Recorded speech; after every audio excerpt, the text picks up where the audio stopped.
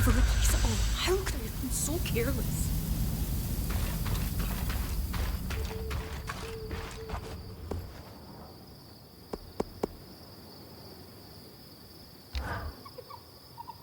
$33, $34, $35, $36. Gods, we'll need more than that. Everything all right? Oh, hey. Yeah, I just can't shake this feeling that we're not prepared. Prepared for what? I don't know. Maybe the masked figure stalking you. Or the hostile Archons at every turn. Or... Sorry, I'm doing it again. This isn't on you. It's all good. But maybe you should take a break. After all, we can't plan for everything. If you fail to plan, you plan to fail. That's what we always said at sea. You've mentioned the relief efforts before. Earned my sea legs at 16, yes. Wow. Isn't 16 pretty young for relief work? I wanted to go at 15, but it took a year to convince my parents. I can hardly believe they let you. After months of begging, I wore them down. I loved life on the water. The rhythm of running a ship. The sun on your face during the day. The waves rocking you to sleep at night. And we were helping people. I think I miss the smell of the ocean the most.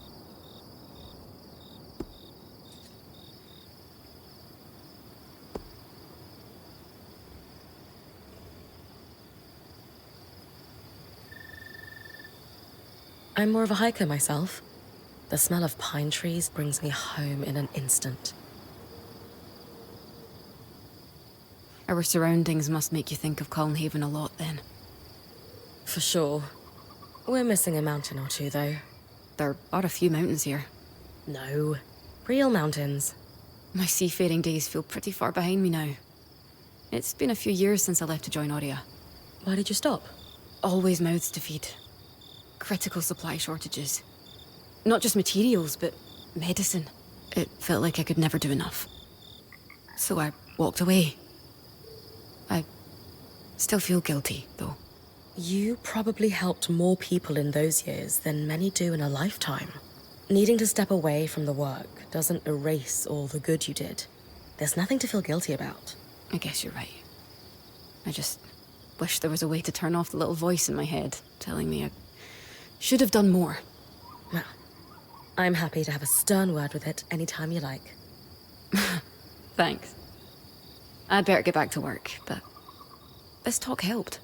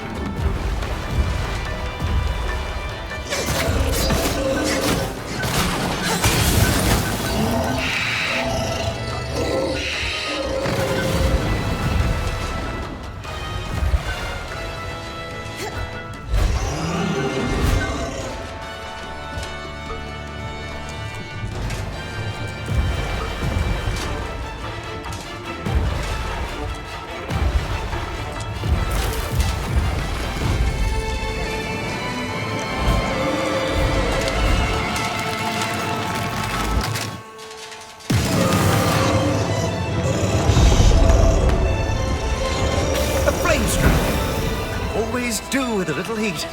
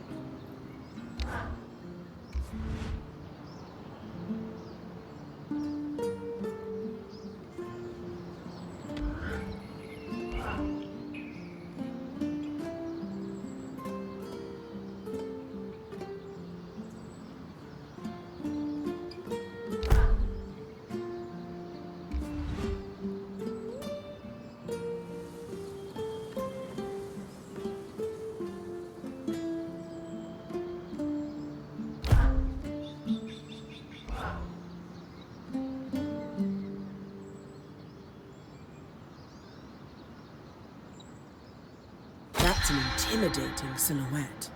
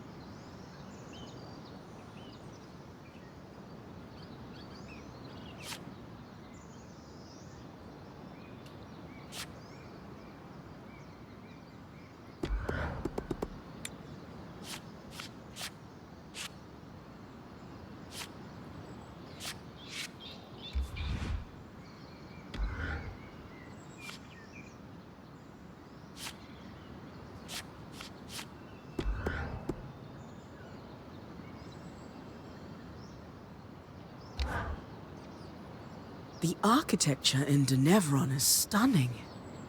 It's clear that the Enclave builders were talented.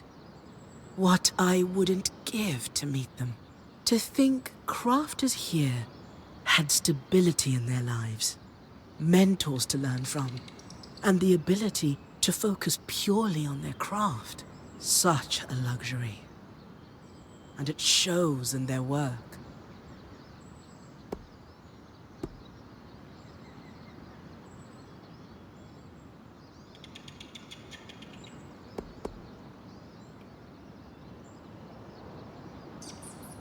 Not all weavers chose to make the Enclave their home. It makes me wonder if we romanticize it. I'm sure we do, to some degree. Still, to have a place to return to after long adventures must have been nice. Denevron was home to so many before. I wish I could have seen it full of weavers. Who knows? Maybe Bryn of Carnhaven will go down in history as the one to restore the Enclave to what it once was. I like your optimism. If you succeed, I suppose we'll all have a choice to make. What choice is that? Do we stick to life on the road? Or do we put down roots?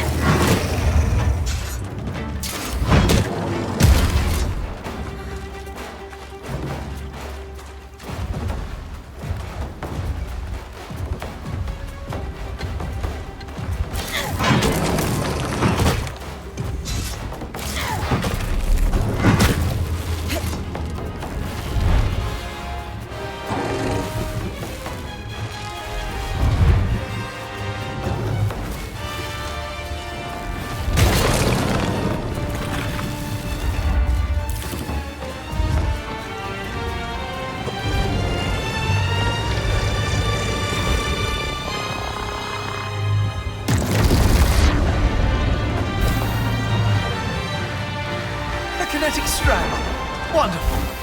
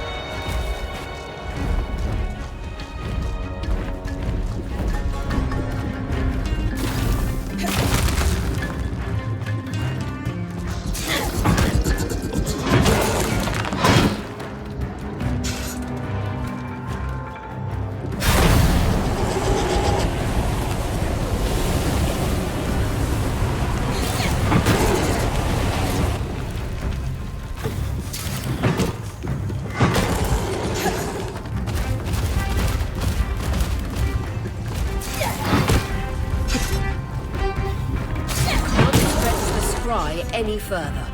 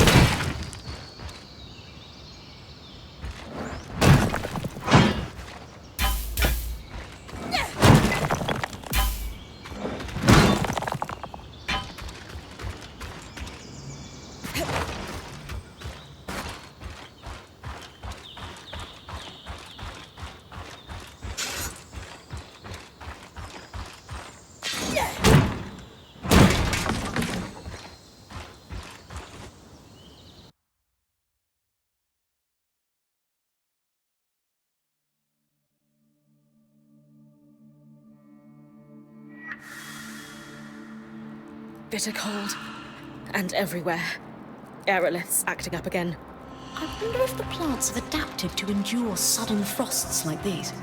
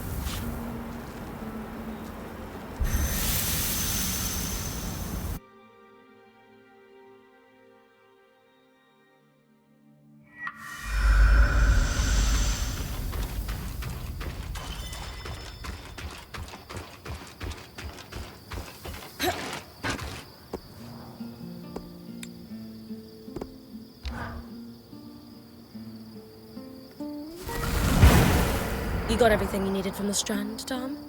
Absolutely. All part of the preparation. What I needed was just a byproduct. Nothing to prevent us weaving that strand into your mantle.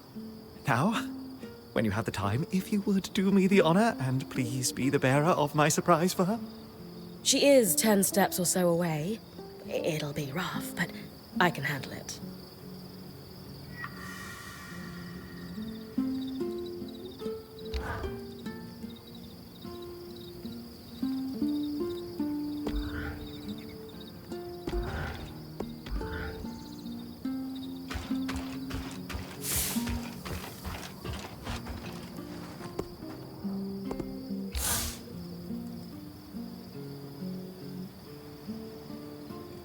Hi. Something you need?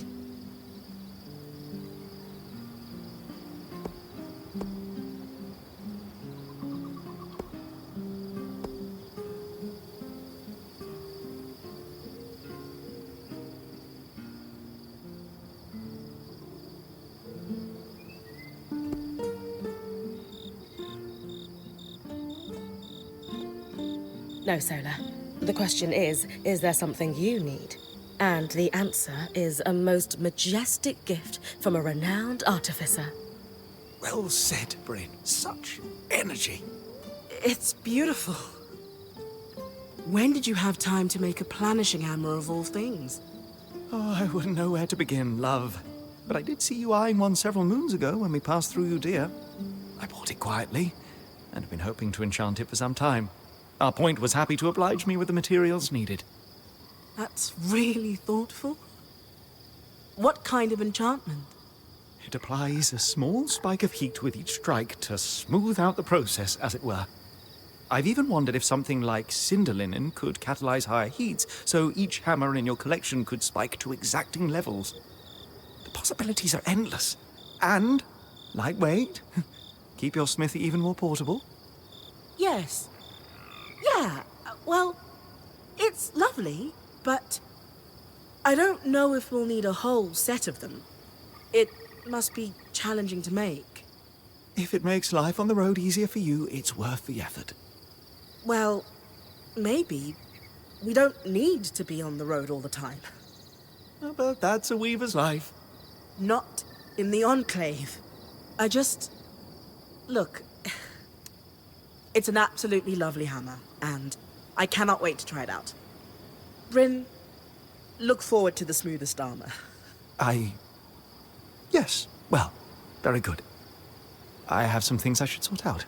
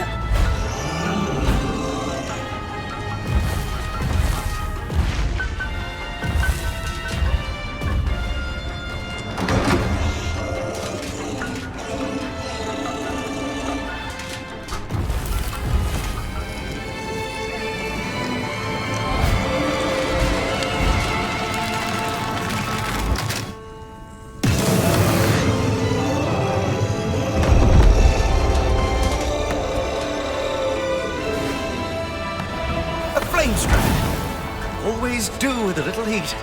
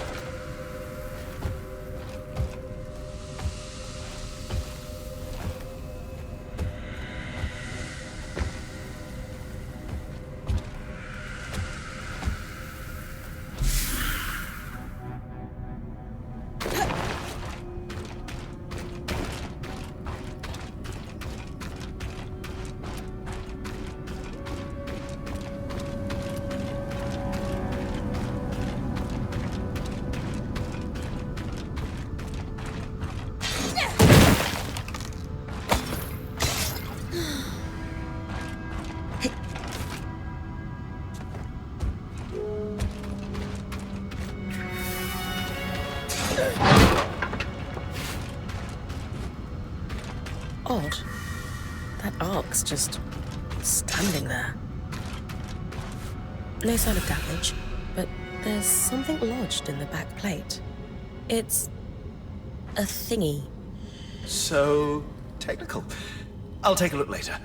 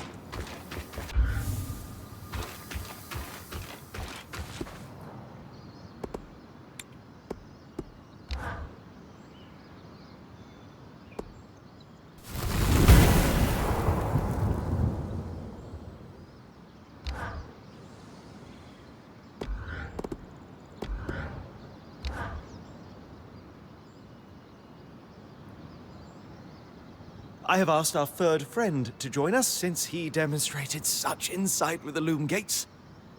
It was just a lucky guess. Nonsense. The loom gate works. Enough said. Gents, the, thingy? Dom said you found it attached to an arc.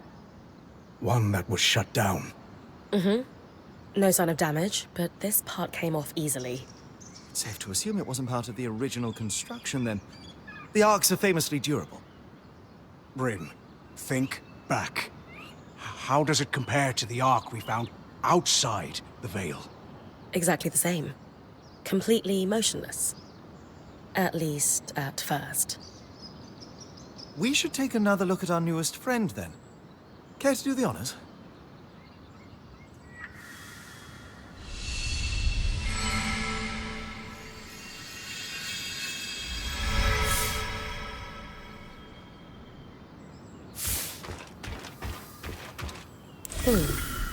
Same place? Same place.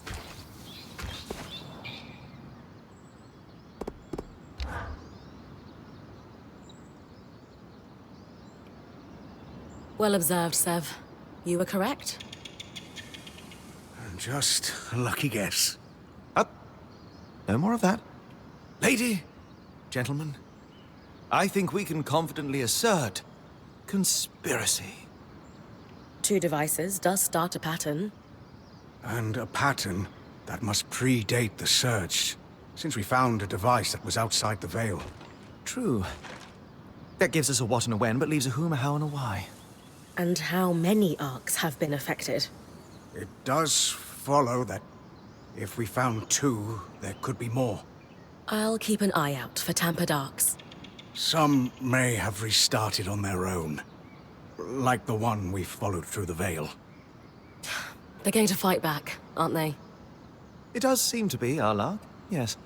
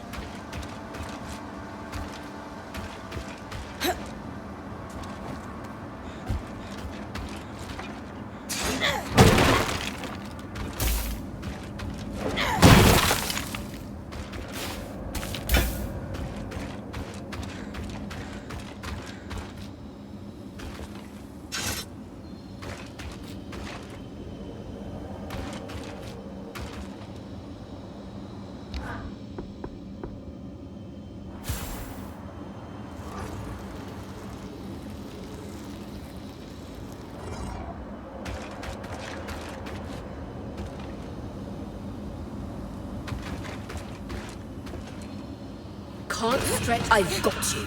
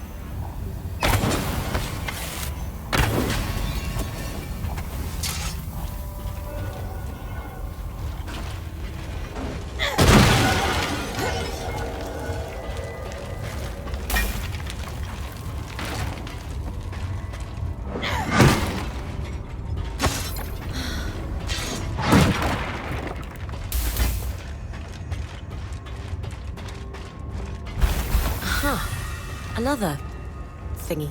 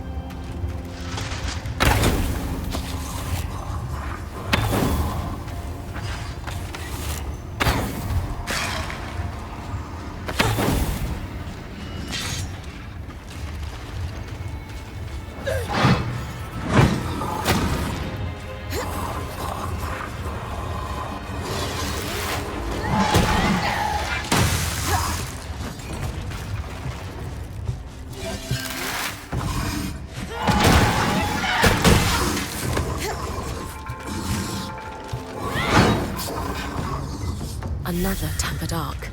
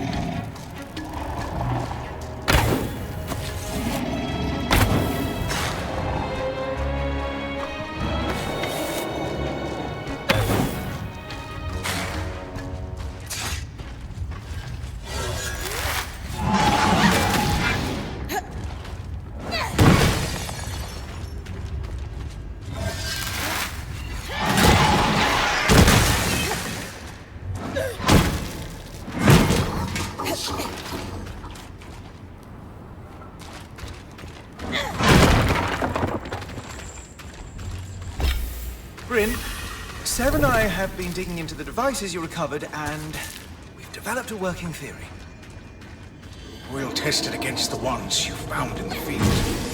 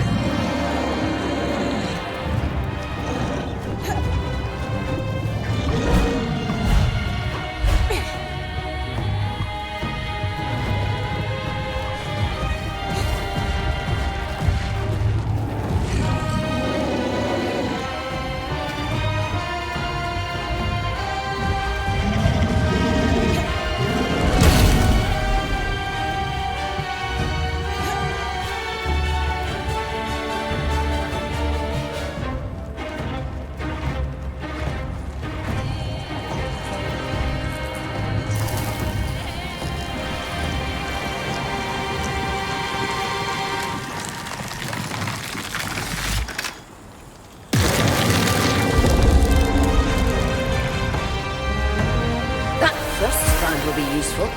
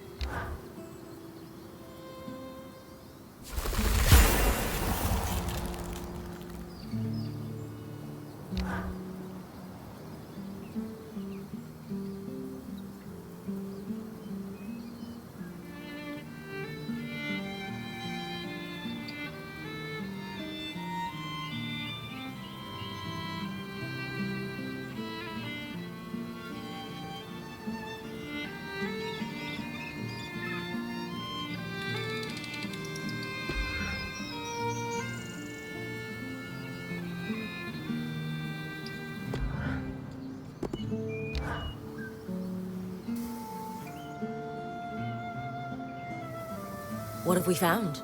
That I am a very great fool. He is not a fool.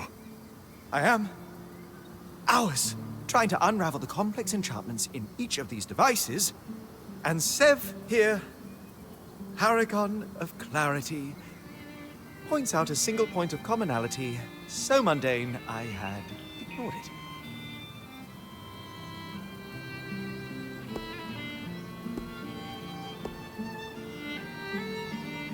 I'm sorry to have to let you in on the secret, Dom, but it's time you learned the truth about the Cabal. The what? It's true. People like Sev and I are here on a secret mission to keep you, and specifically you, humble. It won't work. Many have tried, but enchanting requires the ego to insist the universe bend to our will. What our keen-eyed friend spotted was a singular mark etched into each device. A maker's sigil. We used them in Tarza to lay claim to a craft work. They're certified to each maker. And I've always heard we borrowed that practice from the Enclave.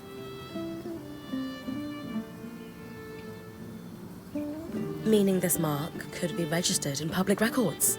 The Spire is a logical next stop. Nothing comforts the rich and powerful like bureaucracy. I know just the place.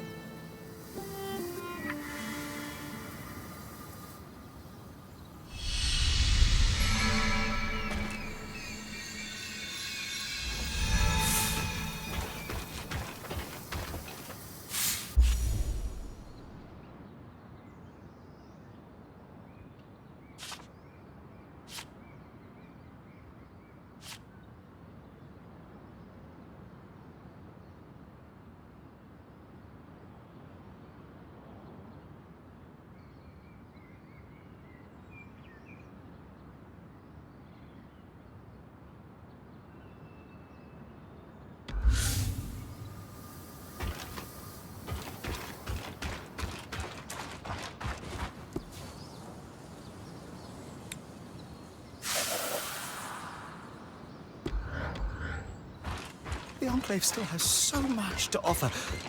I don't think I'll... Almost makes sense to stay a while. Certainly.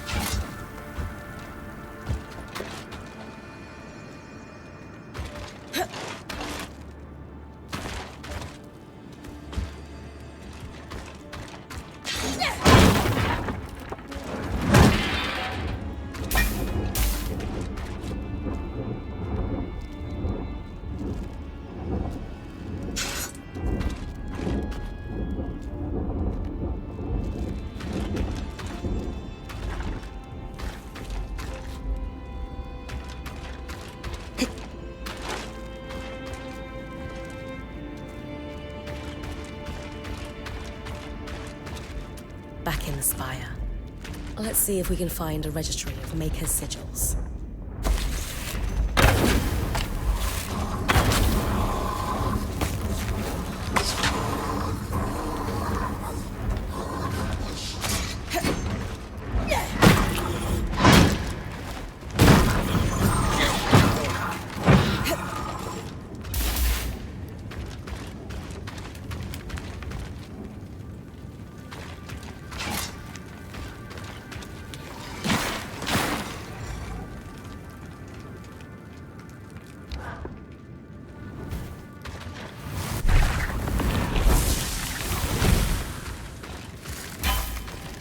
This looks like some kind of evacuation plan. Doing their research before enacting asylum, I'd wager.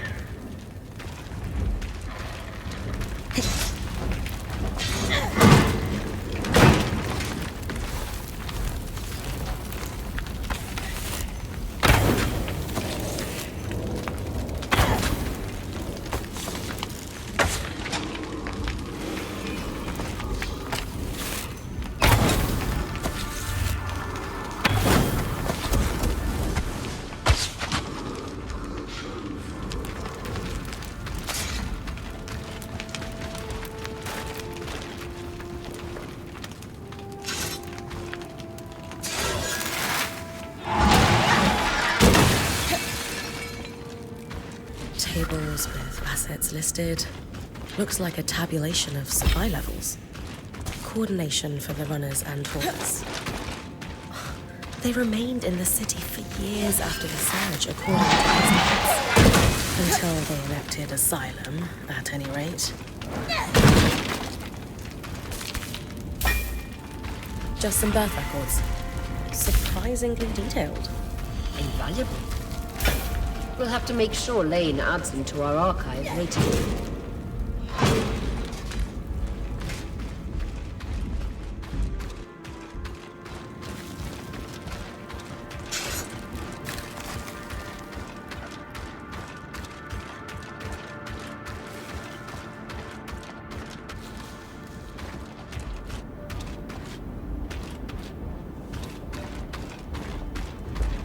Here we go. Sigils. Ah, found it. Our creator is listed here as Lucia de Crisis. 2 registered workshops, both council approved for dangerous materials. She must have had some pull before the surge. One is here in the city. Wait, that's where I found on the workings of Archons. By one El de Crisis, in fact. I didn't see much else to build there. So I'd say we can tick that box. I've been there. That frozen town out in Dredgerfire. Better wear something warm. I think it's important we run this one down, Bryn. The waterlock is dripping.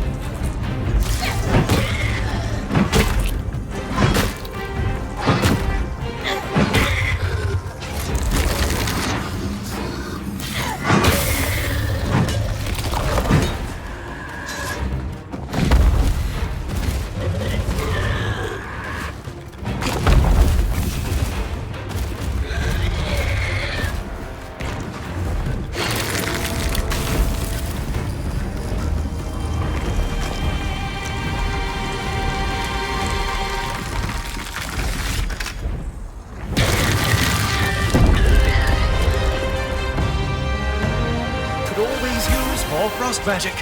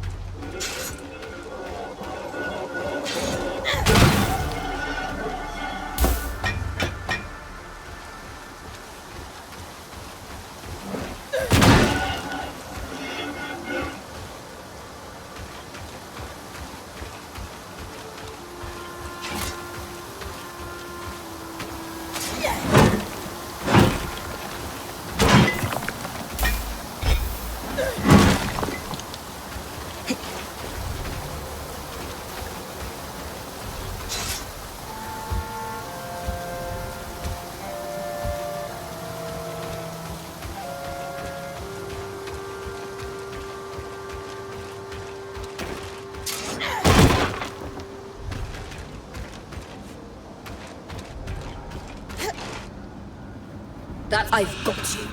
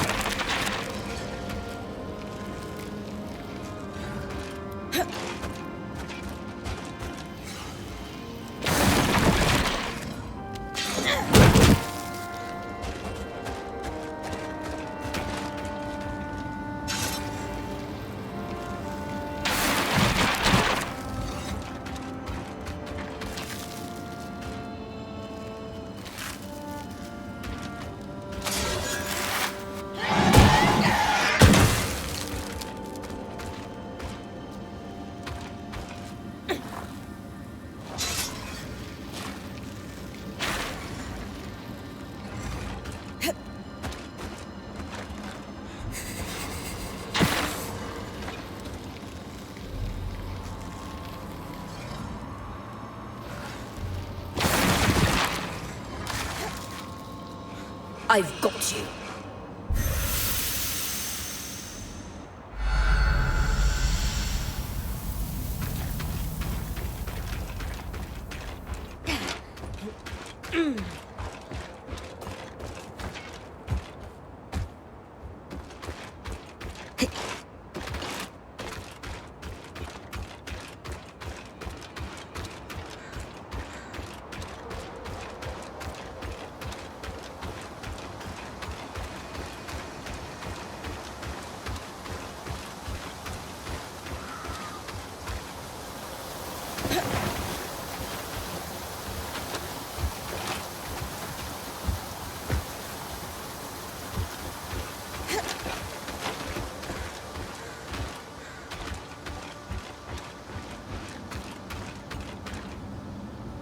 And I'm pulling you. Brace for it.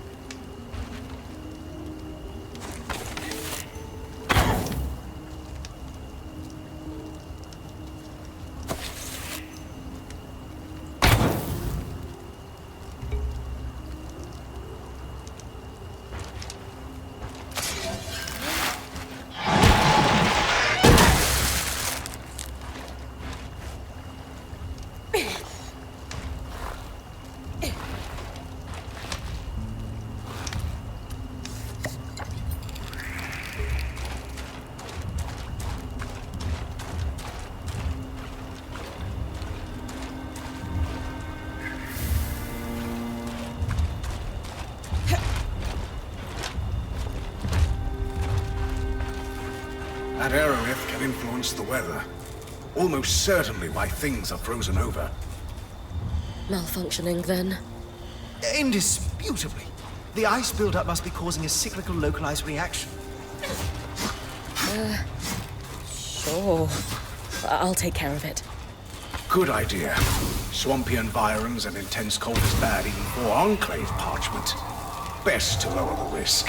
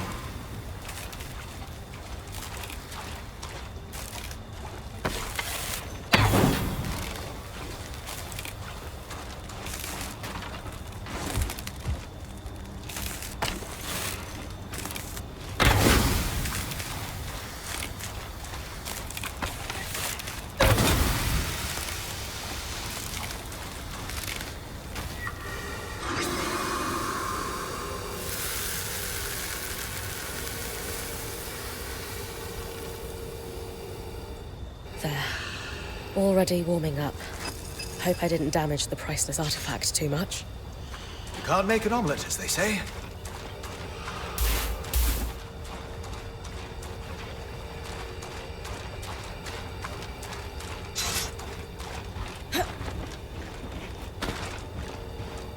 A lot of notes here. Water damage from the cold and melt, though. Let's see. Materials. Huh. That's how you visualize a pattern. Lots of marginal notes. These have to be from Lucia. Ah, she mentions a flood in the later passages. Sev and I will look at these together with her book then. See what we can learn in context. As Aurea says, the candle is burning on our flood problem.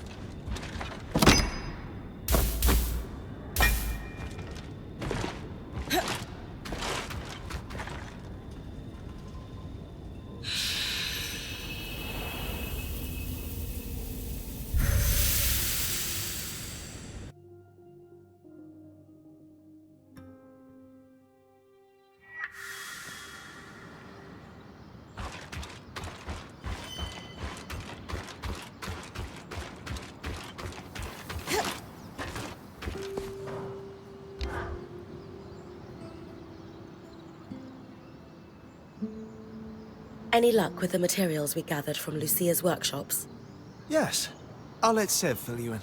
We started with the book, which was painfully dry and highly theoretical. Unsurprising. The Enclave was notoriously tight-lipped about the construction of the arcs. The book was still useful, as it contained a number of craft-specific terms, shorthands and annotations. All critical. Referencing the book clarified the notes. Without it, they bordered on deranged rant, especially at the end.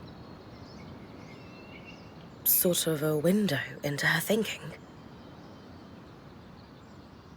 We suspect Lucia spent a long time in isolation while working on these. She covered many topics, but the most prominent was her work into the flood.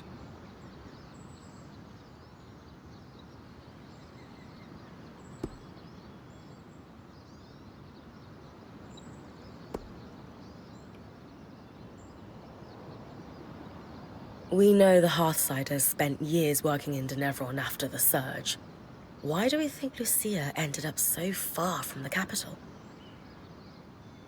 It's evident she disagreed with the leaders of the Enclave and gathered others around her who agreed. There's talk of several meetings taking place in the Mire, most likely to be away from prying eyes. Called her group the Verdant Minds. Very planty. I like it. It's poetic.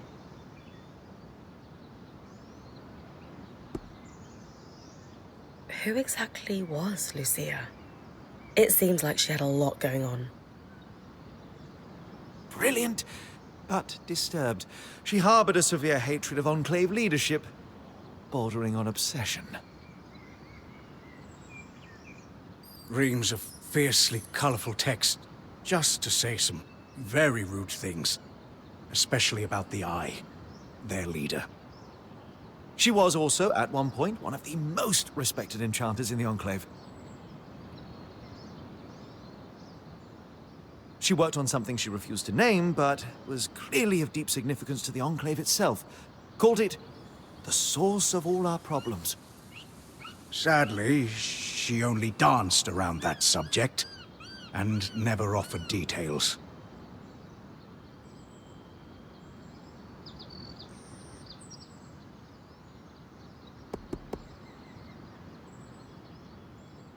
Her workshop was a little brisk, even for my tastes. Any idea why? She was fascinated with Enclave technology, specifically the dismantling, disruption, and repurposing of it. She was experimenting with aeroliths, the massive enchanted stones that control the Enclave's weather. When the effect is accidentally concentrated, it can be quite intense. We suspect she was experimenting with the aerolith in relation to the floods. She predicted their start.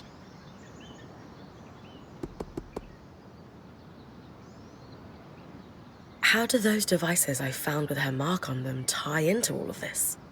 In her final notes, her obsession shifted from the Enclave's leadership to the miasma flood. She was determined to find a way to stop it. On one hand, she looked to the aeroliths as a mitigation. Could they repel the miasma? In the end, her answer was no. And so she turned to disruption. We think the arcs were tests. Could she shut them down? And if so, could she shut down something larger? She was clearly successful at least once. Maybe twice if we count the one outside the Veil. Indeed, and when we're doing more general questions, that is what we must talk about.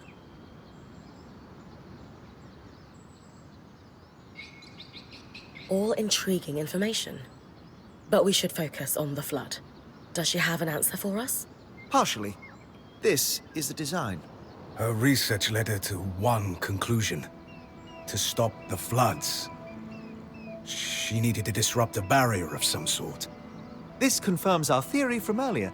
She's talking about the barrier established by Asylum. Her design is detailed and specific.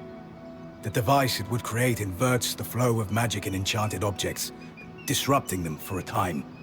We think the devices we found on the Arks were prototypes, small experiments to determine efficacy and duration. So what's the catch? If the floods are still happening, clearly she didn't build one. Lucia's thimble, as she calls it, requires some highly specialized components. It has to withstand considerable magical flow, far more than what's produced by an Ark. It's like how mass scales exponentially. Just because you can build a scale model of an aqueduct doesn't mean the real thing can support its own weight. Thankfully, that supply cache you found has the necessary materials to handle that kind of magical flow. Solar can pick up where Lucia left off then. Exactly. The other thing we'll need is a source of magical flame. Solar's mantle won't be enough by itself. I can handle that part easily. Okay, so we have clear next steps. Just one more thing. What happened to Lucia? The flood. Our best guess, at any rate. There's no sign of her.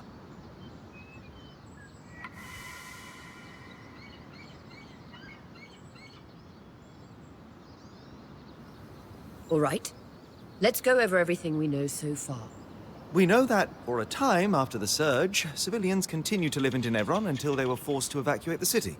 We're still not sure the cause. Wherever the Hearthsiders went, they're still actively sending scouting groups to scavenge for supplies. From the uniform, the creeper who was watching Bryn sleep belongs to one of these groups. We also know that a defensive procedure codenamed Asylum sealed access to the Enclave underground. This was done using a barrier almost exactly like the Veil. Lucia, an ex-High Enchantress, opposed Asylum and began working on ways to sabotage it. Her research forecasted that the barrier would cause the Enclave to flood with miasma. The very same flood that seems to have killed Lucia before she was able to finish her thimble. But we have her design. It could disrupt Asylum's barrier. So Lucia's thimble is the key to our survival. It's less a key and more like a magical battering ram. Whatever works.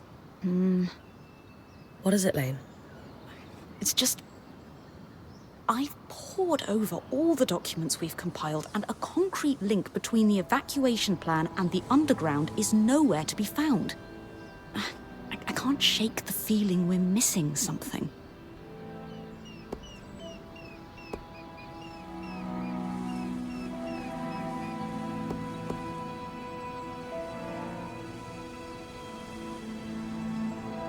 The Enclave destroyed a lot of information from their documents. Could that be why you can't find a link between Asylum and the evacuation? I considered that. The Enclave may have hidden their location from Lucia. Being a weaver isn't about being certain all the time.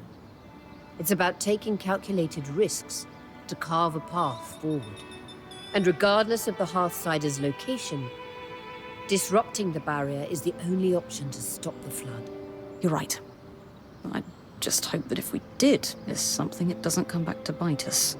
Even if it does, we will handle it. That settles it. Bryn, it's time to use the thimble.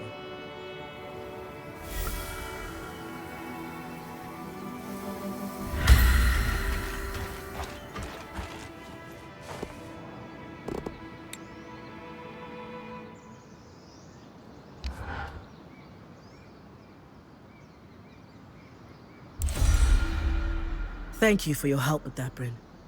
You've a deft hand for flame magic. You can wear Sev's apprentice hat for one day. Also, Lucia knew what she was doing. This thimble was clearly designed to pair seamlessly with Enclave constructions.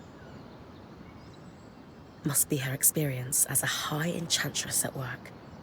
Based on Lucia's notes and what we discovered at the Bastion, this was custom designed to disrupt Asylum's barrier. If it can stop the flood, we need to use it soon. Agreed. We don't know how much time we have left.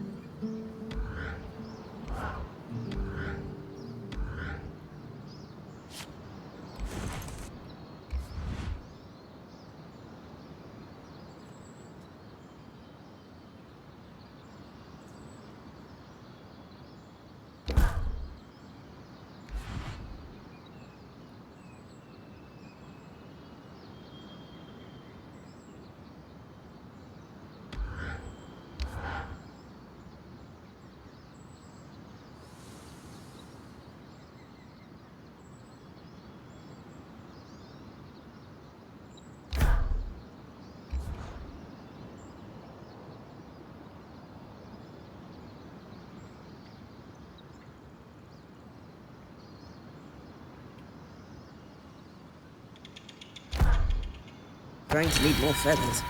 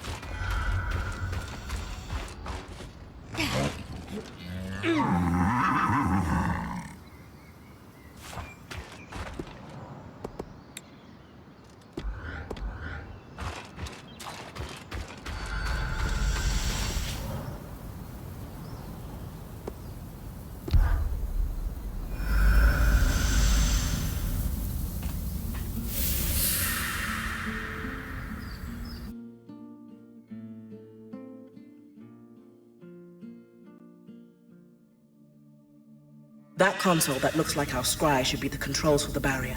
The thimble was built to interface with it. Time to just...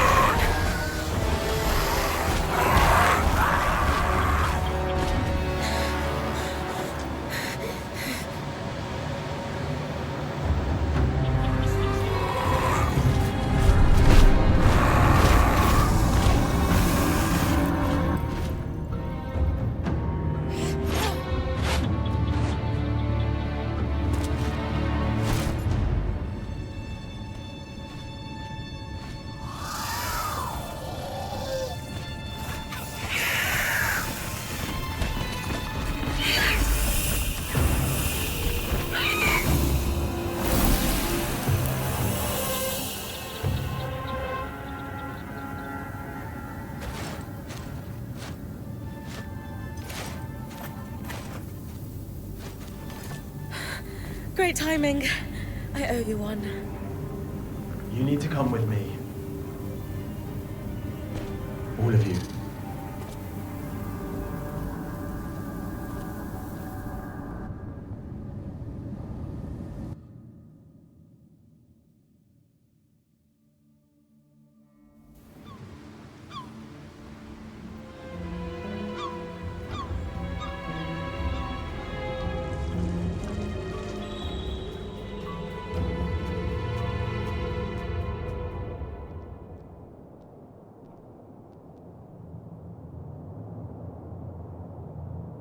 We mustn't cause a panic.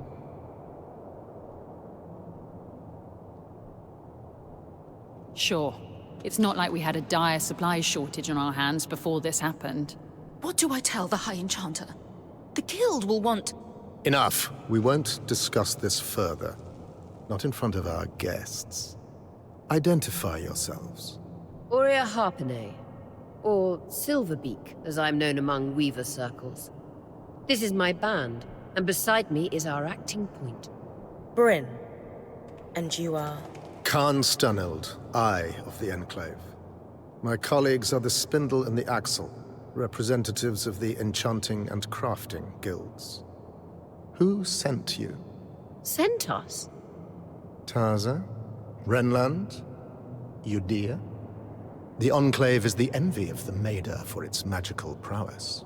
Clearly one of those nations has finally grown a spine and decided to take it for themselves in our moment of weakness. Moment? No one sent us. We came here by accident. What kind of fool do you take me for? You expect me to believe that you bypassed our veil, infiltrated our loom gates, and breached asylum without a national power backing you? When you put it that way. This is a misunderstanding. We're Weavers, like you. There was a brief opportunity to enter the Enclave for the first time in decades, and we took it. Everything we've done since we arrived has been to uncover what happened here after the Surge, and to find you. If that is true, have you really no inkling of the trouble you've caused? No. Your reckless conduct has unleashed an enemy that nearly destroyed us 27 years ago. The Surgeborn. They first appeared a little over a decade after the Veil went up. Where did they come from? No one knows. But they arrived in the Underworks before making their way to the surface. Where they left a trail of destruction in their wake and wreaked havoc on the Enclave. Causing casualties to rise. And so I called for a retreat here, saving countless lives. We sealed the Surgeborn in the Underworks for good. Until now.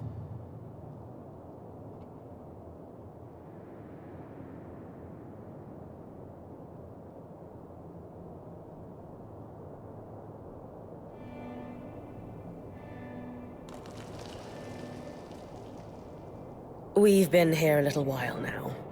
Don't you think all of this could have been avoided if you'd properly said hello? She's right. This is hardly our fault. Look, Surgeborn or not, we had no choice but to remove the barrier. Though, I suppose we owe you thanks for warning us about the floods. Who warned you? You did. Did we?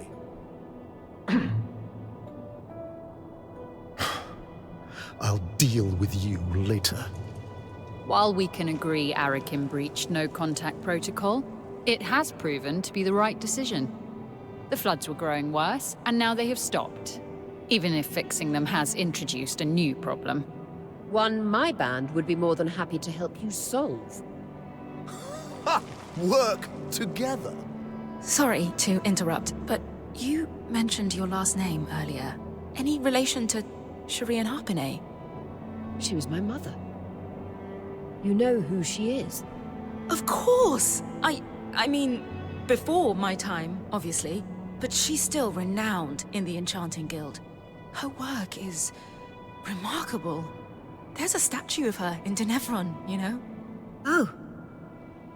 I can't believe she didn't mention that. There is so much I'd love to ask you, but for now, Aurea comes from a long bloodline of outstanding and renowned weavers. Shouldn't that buy her band some grace? All right. Your presence in the outskirts will be tolerated. Nothing more.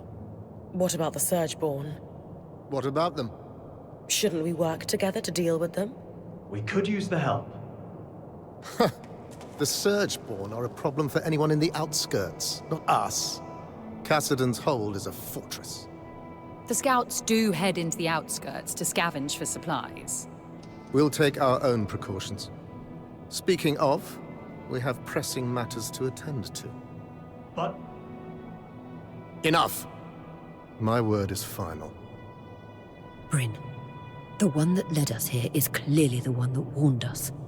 Try to talk to him before we leave. Maybe he's willing to work with us. Will do.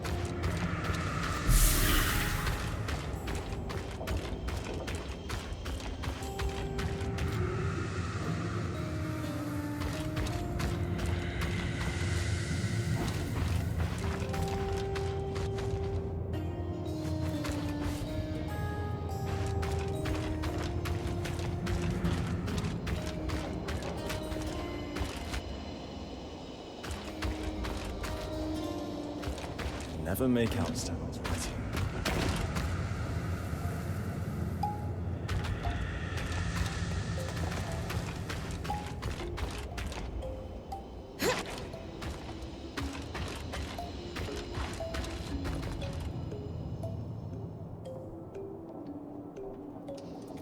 Hey, Arakim, was it?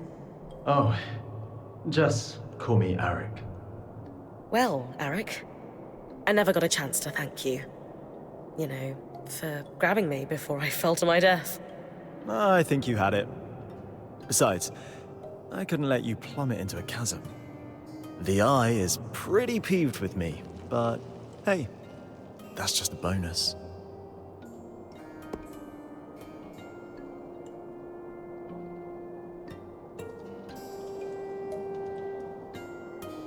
You and the Eye don't seem to get along very well.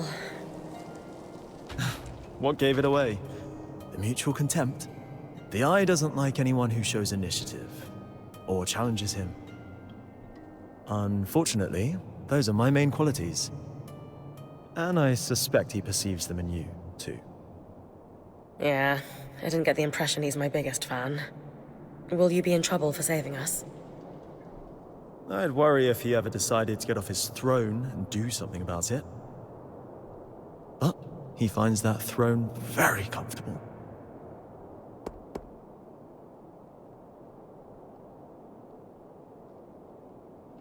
So, are you glad we're here? I'm thrilled you're here. I have to say, I'm surprised. Oh, yeah. Sorry for all that cloak and dagger stuff earlier. Khan Stanild had me on strict orders not to make contact with your Weaver band. But it was the right call. From what I just saw, your presence here is having an impact. How so? Notice how the Axle took my side against the Eye earlier. That never happens. And the Spindle is as quiet as a mouse most of the time, but not today. Aha. So these are big changes. It might not sound like much, but they're excited you're here. Stanild can tell too. That's why he backed down so easily. And that's why I'm glad you're here.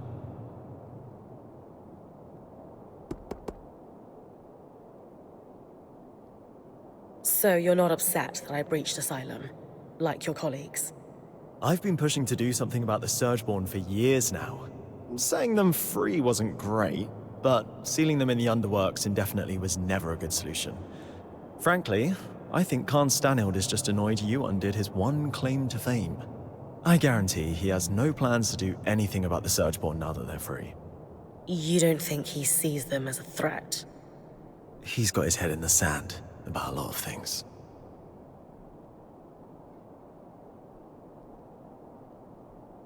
You seem awfully trusting of us, considering the terrible first impression we've made.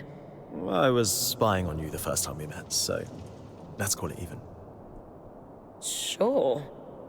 Maybe you know everything already then, but have you got any questions for me? Just one. Why are you here?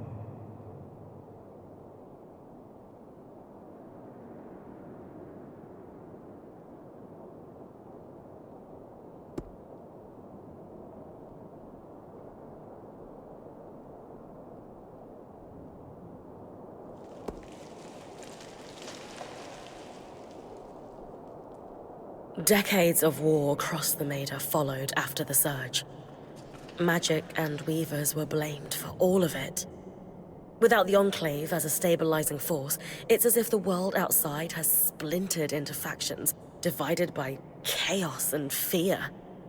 Not to mention the lands surrounding the Veil are completely shrouded in tangles.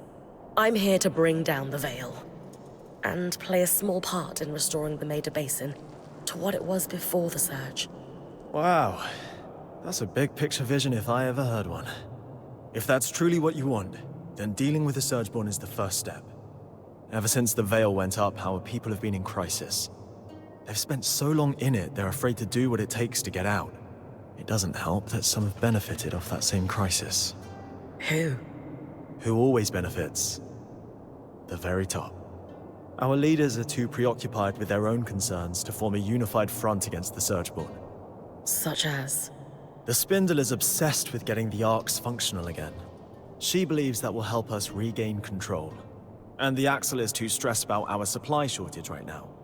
But, if their concerns were handled, they could pressure the Eye to finally address the Surgeborn. That sounds like an opportunity. And are you a representative yourself? Do you have sway?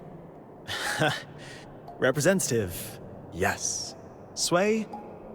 No. I represent the Scouts, meaning I'm at the meetings, but I don't have the title to back me up. The Scouts were once points like you, but our role has changed since the Veil went up.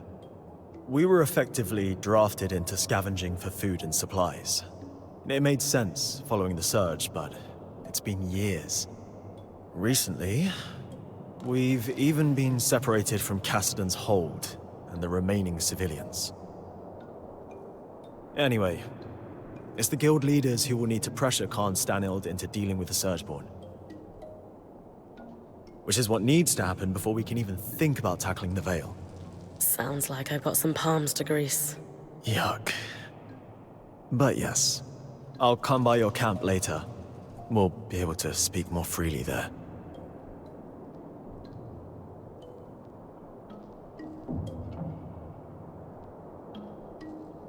What is that about?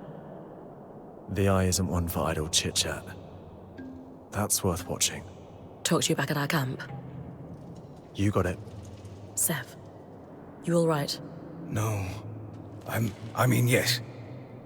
I'm fine. You sure? Rin, the rest of us are heading out. See you back at camp. I got to go.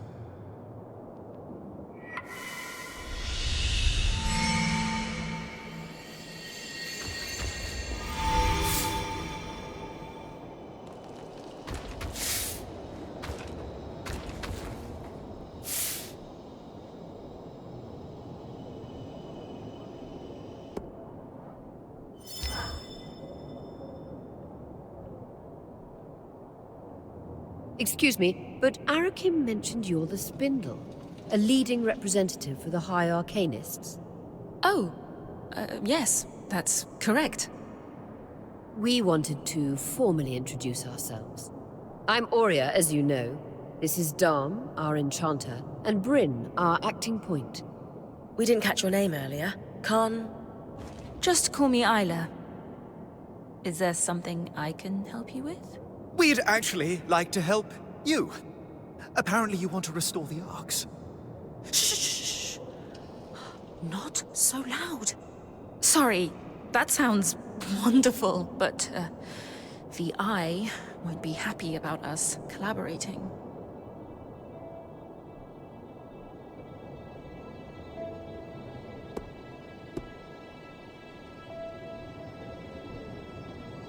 Listen, we can be more discreet. We're not here to cause trouble. We only want to help. I appreciate that. And you're right. I do want to fix the arcs. More than anything. I just need you to be quiet about it. Okay.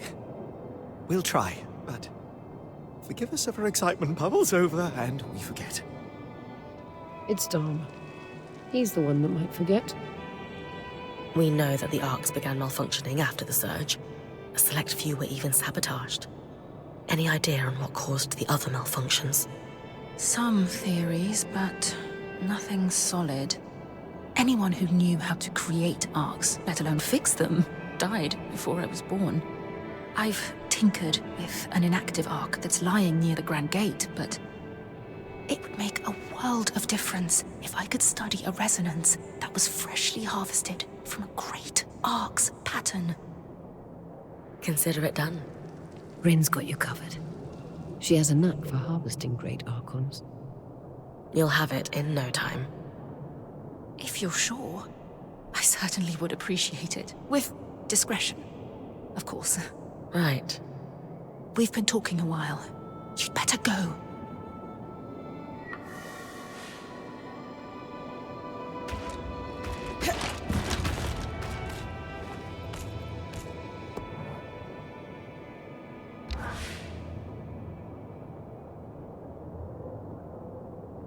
I am simply telling you, as the foremost leader of the Enclave, that I don't want you getting distracted. Can you clarify what you mean by that? You know exactly what I mean. Eyes down, know your place. Focus on your own problems. Organize your little craftspeople. Keep the wheels of civilized society greased. And don't dare to presume you know better than me. If you have a problem with my performance, you are welcome to gather feedback from the people who elected me. They may have a clearer understanding of what I bring to the table. We'll continue this conversation later. Khan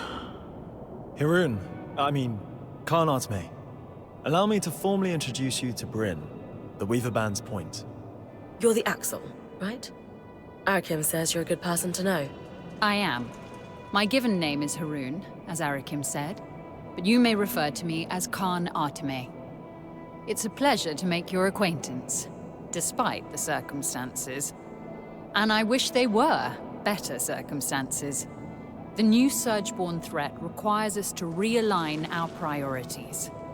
Some are a little slower on that than others.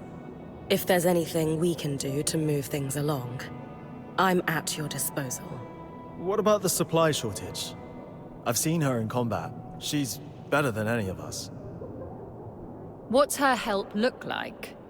I'd prefer if she could avoid unleashing another apocalypse on us.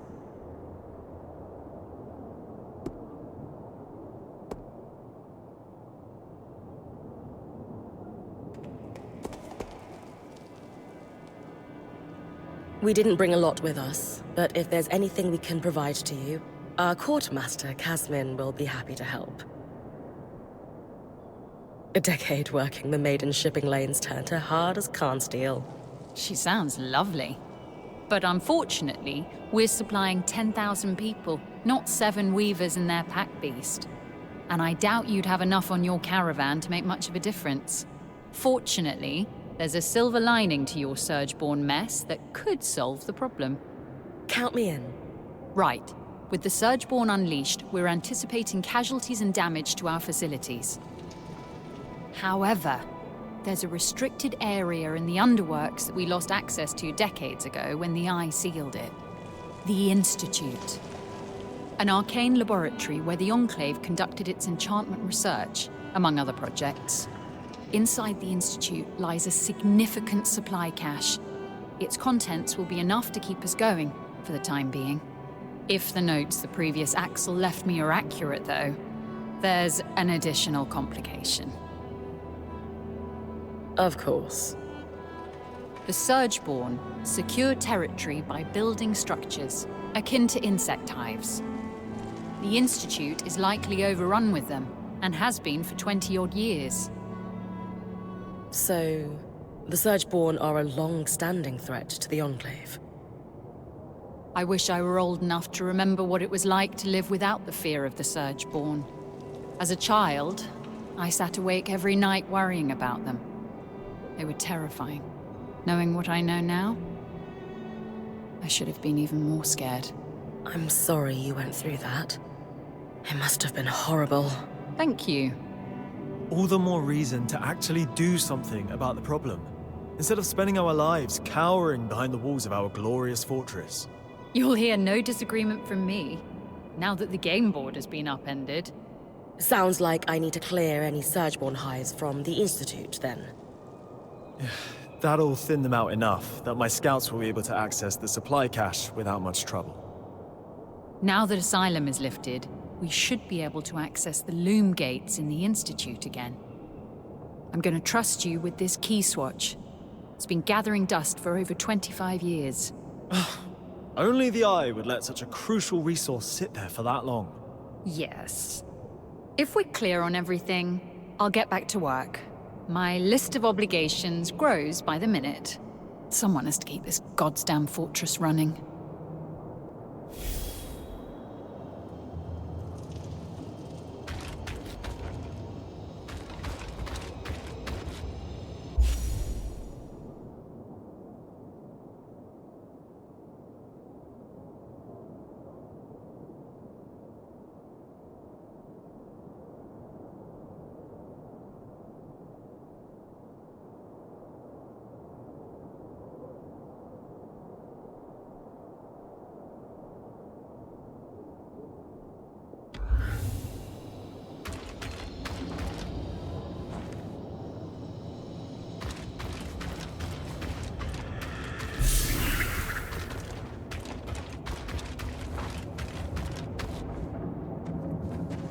Let's talk in your camp.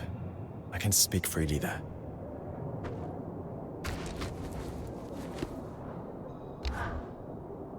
So, you. Me? The one causing trouble. The one poking into corners. The one who hasn't the good sense to leave well enough alone. Had you allowed Arakim to reach out to us sooner, this could have been avoided. Arakim has a proven record of poor judgment on matters of protocol. I will not be lectured by the person who put us all at risk on how best to handle our security. But I'm being impolite. Let us start afresh, shall we? Please, share what you hope to accomplish by loitering around the hold.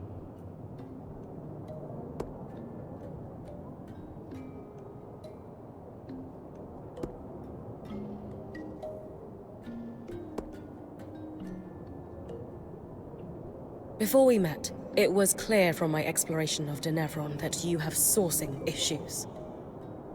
Your lack of production capacity was obvious. We can help with your shortages. A caravan of 7 is going to supply a fortress of thousands. What's next? You'll turn water into Sansa mead? Though you are correct, sourcing has been a consistent problem since even before we abandoned the capital. We have hundreds of trained scouts, but wooden swords and paper shields are hardly going to mount an offensive. So despite certain assertions that we must do something, we lack the tools with which to make any great strides. Like it or not, I'm here to help. The Enclave stands on a blade's edge. Stretch our resources too thin on risky ventures and we face collapse. Certain elements of our population call for action, for bold purpose. And I ask you, what purpose is bolder than survival? Well, Purely rhetorical. We must survive, and we must make considered, careful moves if we are to do so. There is no sacrifice too great towards that goal. You, at least, understand the precarity of our situation. Now understand the necessity of our caution. I do, but... Thank you for your time. You may go. But... You may go.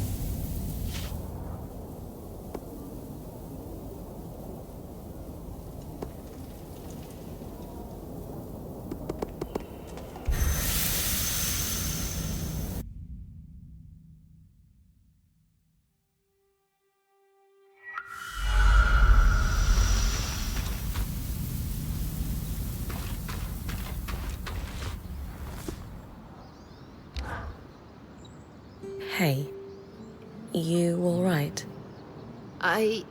Yes. There's something I should have told you, so I'll just come out and say it. I was born in the Enclave.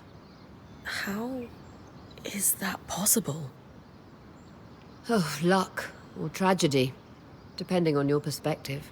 Before I was born, my mother and father lived here happily for several years. But they decided it would be better if my mother raised me with my grandmother and great aunts for the first few months of my life. So she left with me when I was just a hatchling, with every intention to return. But the surge happened. The life I should have had was lost for good. Because of all this, I never knew my father. I don't even know his name.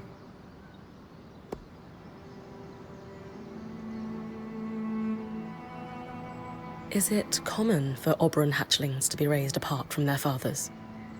No, but it is common for extended family to be involved in the raising of children. As you know, I come from a long line of weavers, many of whom traveled in caravans their entire lives. It was apparently quite a shock when my mother fell for a Hearthsider. So your parents were looking for a compromise when it came to raising you? Exactly. And I wouldn't trade my childhood on the road. My great-aunts and my grandmother made me who I am, after all. Still, you missed out on your father. It's natural to wonder about him. I suppose.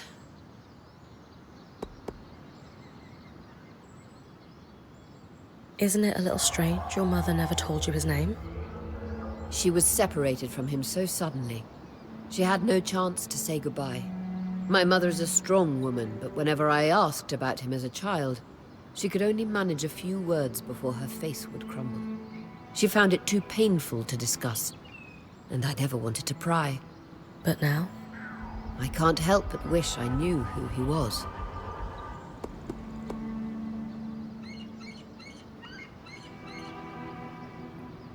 Does your family have something to do with your attachment to the Enclave? Being here has meant a lot in some ways, and in others, it's very different from what I expected. Meeting the Hearthsiders was a lifelong dream, but the circumstances of our encounter, not what I'd envisioned. Knowing now that this is your birthplace, I can see why that would be disheartening. This was meant to be my home, after all. This is definitely a twist. I feel like you could have told me sooner. I am sorry for that. You need to be able to trust me. So why hide it? Talking about difficult and private matters is not my strong suit. And frankly, I rarely see the point in dwelling on the past. I guess you and your mother have that in common. Huh. You might be right. So, we're going to find out who your father was. You would help me? Of course. Maybe Lane would have some ideas on where to start. Actually, I had an idea myself. The spindle mentioned a statue of my mother. It's clear the Enclave commemorated their champions. I can't shake this feeling my father is among them. You think there's a statue of your father? I know it sounds strange, but the handful of times that my mother spoke of him, she described him as this great hero. Since she was one herself, is it so crazy to think she might have meant that literally? Maybe not. I can scope out the statues in Upper Denevron for a resemblance, if that's what you want. Good. And thank you.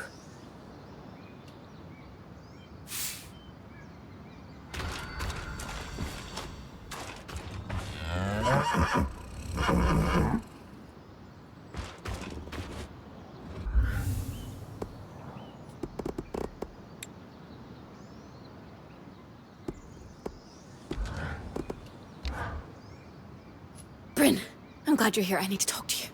What's going on? You look pretty tired. Yeah, I'm fine. It's just about those 90 Drake scales. I know Aurea said we don't need them, but she just doesn't understand. It's dangerous out here, you know? Especially now that these Surgeborn are loose. We need to be prepared for anything. It's just gnawing in the back of my head. Do you think you could do it?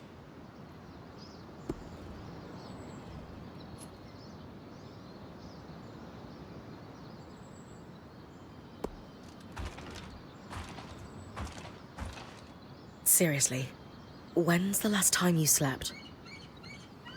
Kashar don't need as much sleep as Ashar or Casil. But you need some sleep. It's been a while. Maybe 10 days. Or a week. I'm fine.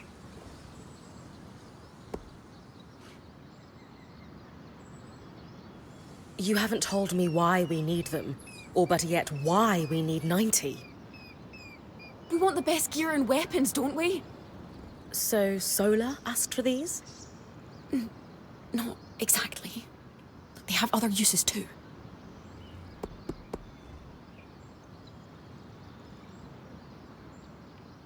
I'm guessing Aurea doesn't know you want me to go Drake hunting. Do you really think it's a good idea for us to go behind her back? It looks bad, but she just doesn't see what I'm seeing. To be honest, I'm not sure I see it either. Please, just trust me.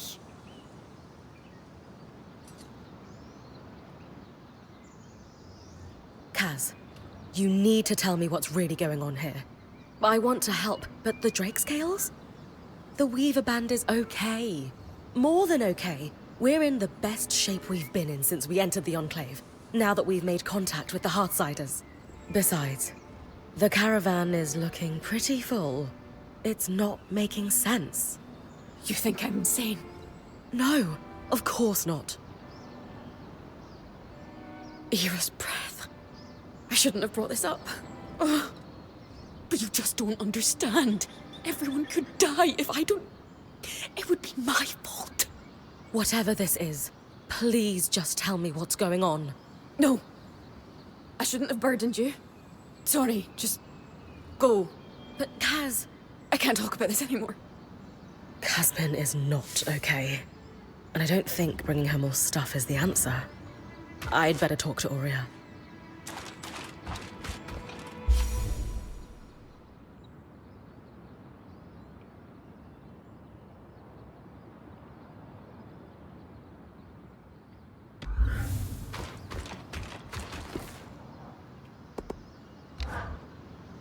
Hey, Aurea. About Casmin. I know. I'm worried too. So is the rest of the band. Let's talk at the archive. privately. I'll join you and Lane in a moment. All right.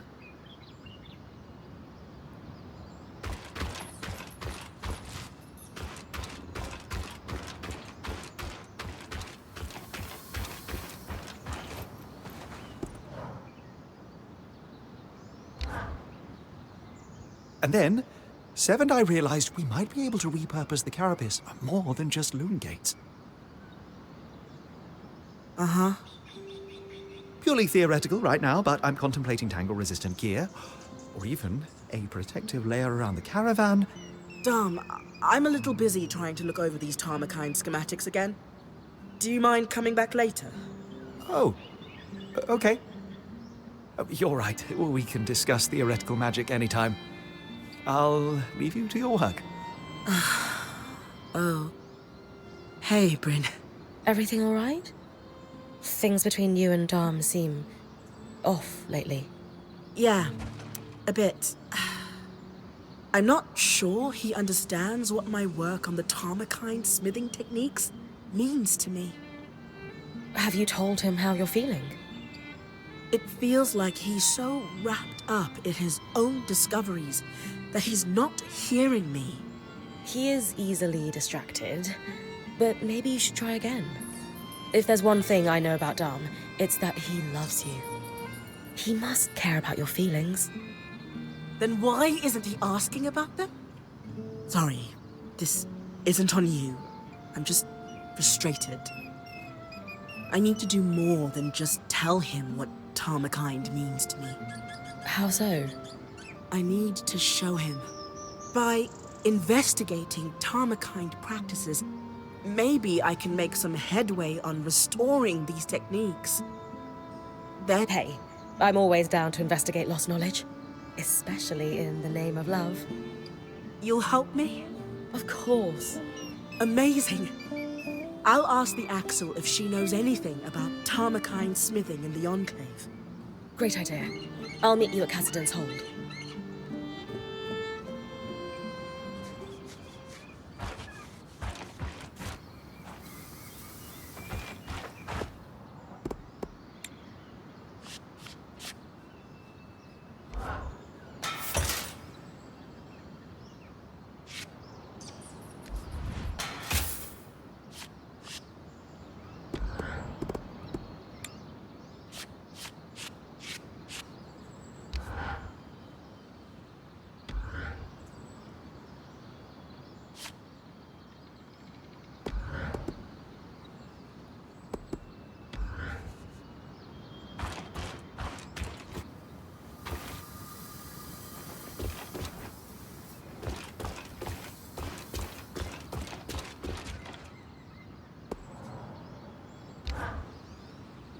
How are you settling in, Eric? Things going well? Good. Yeah, they're fine. Just good? No, not really. Something's going on at the Hold, and it's making the hairs on the back of my neck stand up. The Eye publicly scorched you for opening up Asylum, and yet I've heard him telling the Spindle that this could be a good thing. Meanwhile, the runners are stretched paper thin keeping supplies moving. Which, of course, leaves my people no time to deal with actual threats. Sounds like you could use some help. What's the problem? Really? Dancing winds, where to start? No, wait, I know. The Spitfires. A particularly aggressive group seems set on spreading through Denevron. In particular, they're building nests in some areas I was hoping to use as training grounds, but we had to pull out due to the risk. Would the areas be safe if I took care of the nests? Yes, though the nests are very durable. They will turn brittle if you get them cold enough. Consider it done. Anything else? Maybe an odd request. Could you ask Oreo if I could power the scry while you're tackling them? Why not ask her yourself? I feel like I have a lot to learn from Oreo and how she works with you. And it's strangely intimidating to admit that to her directly. She is a force of nature. I get it. I'll ask.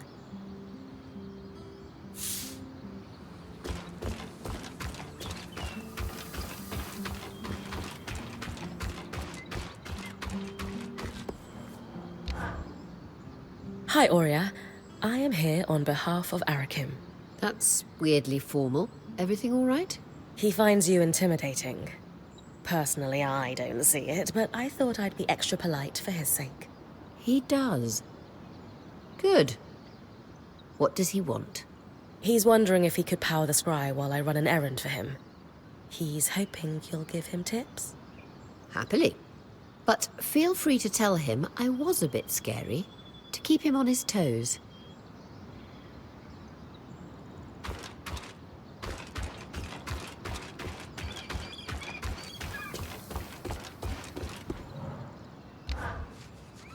Good news.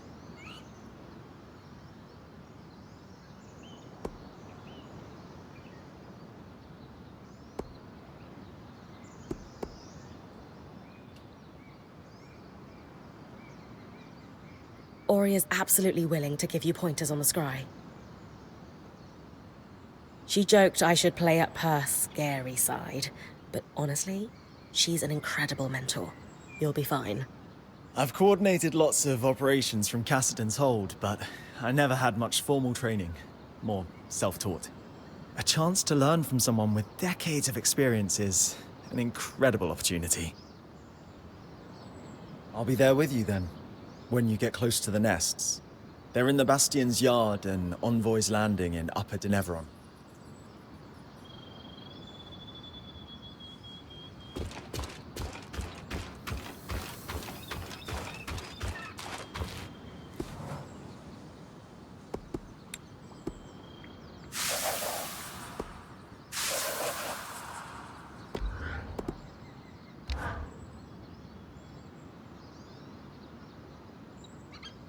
It's safe to say Casmin hasn't been acting like herself. She's always been tightly wound, but this is something else. Bryn, she seems more open with you than most. Can you describe in detail what's abnormal about her behavior? She's begging me for more supplies, even though the caravan is chock full. Not that we could tell, because she's covered it up. More than that, she just seems distressed. She's always talking about worst-case scenarios, and lately it's like she's convinced we're all going to die. I have heard rumors of abnormal behavior developing in Kashar that could be linked to this. What kind of rumors? In polytheistic beliefs that are pervasive in the southern part of the Maida, there is an affliction known as Ira's Plague. The sufferer is haunted by twisted visions of death and pain. The goddess of justice, Ira, won't allow the sufferer inner peace until they repent through scrupulosity.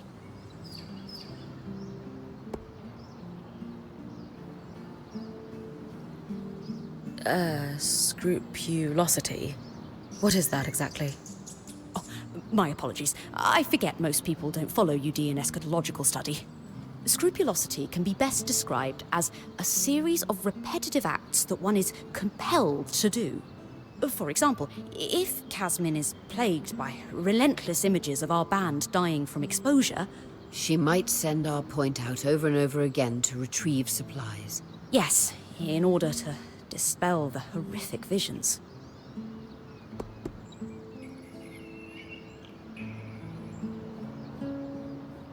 Are you seriously suggesting Casmin is... what? Possessed? Of course not. I'm confident that this is merely a stigmatized phenomenon that could not be explained through facts or science. So the populace explained it through religious folly instead. Any ideas what facts could explain it? Not yet.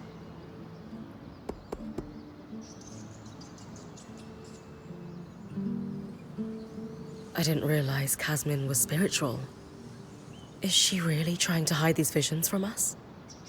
Though not devout herself, Casmin grew up with a strict Ashar mother.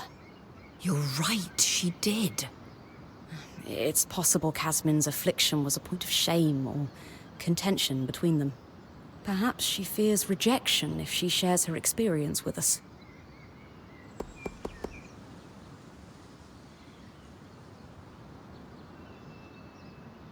Kashar, what does Ira's plague have to do with them?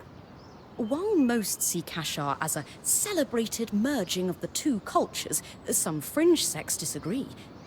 They believe the wider lineage simply leads to more ancestral sin that must be atoned, and thus only Kashar can be afflicted. Really? Where do you land?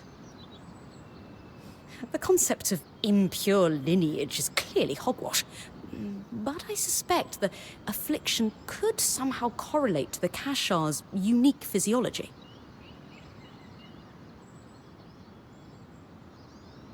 All right. Casmin is suffering. We need to do something about it. And preemptively? No exorcisms? As I said, this is likely nothing more than a condition that has been stigmatized by religion. A scientific explanation must exist, and thankfully, we are in the heart of progressive thinking. You think the Enclave could have done research on this? Makes sense. Where should I start looking? The steps in the upper city is where I'd start. Between the main building of the spire and the atrium used to stand a school for alchemists. From your explorations, the surge hit that area pretty hard, but some of the building may still be standing. Great. What am I looking for? Maybe the name of someone who suffered like Casmin, or a healer who treated the condition. If you find someone like that, you'll want to search the areas of the city where they spent time. Ira's plague is wildly misunderstood across the Maida. If we could find a treatment, it could help more than Casmin. You're right. I'll start with the steps, then expand my search.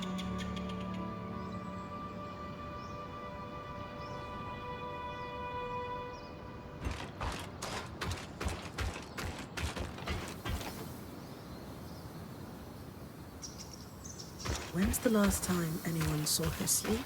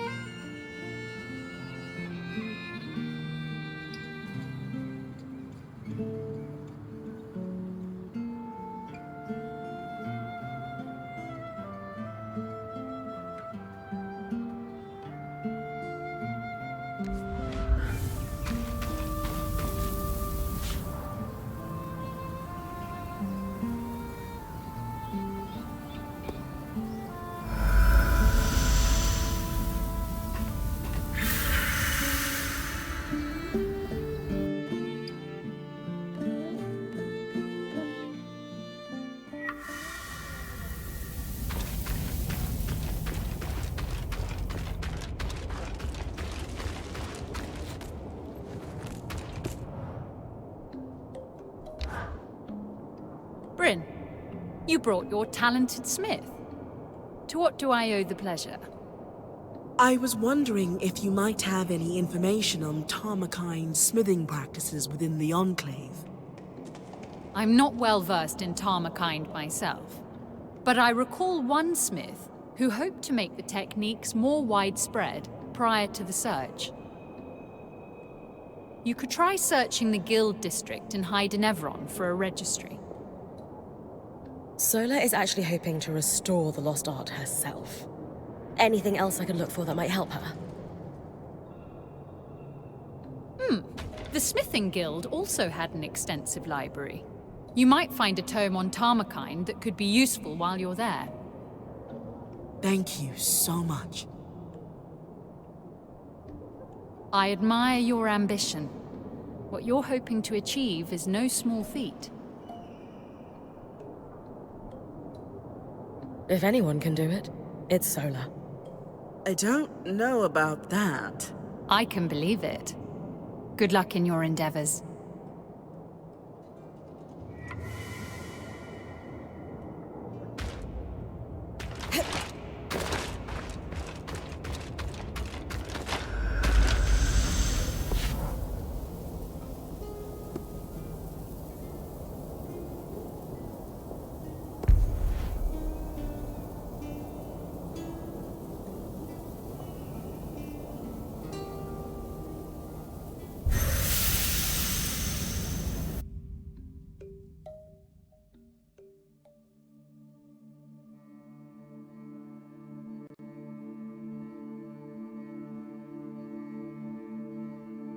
Aurea thinks her father could have a statue in the Enclave just like her mother.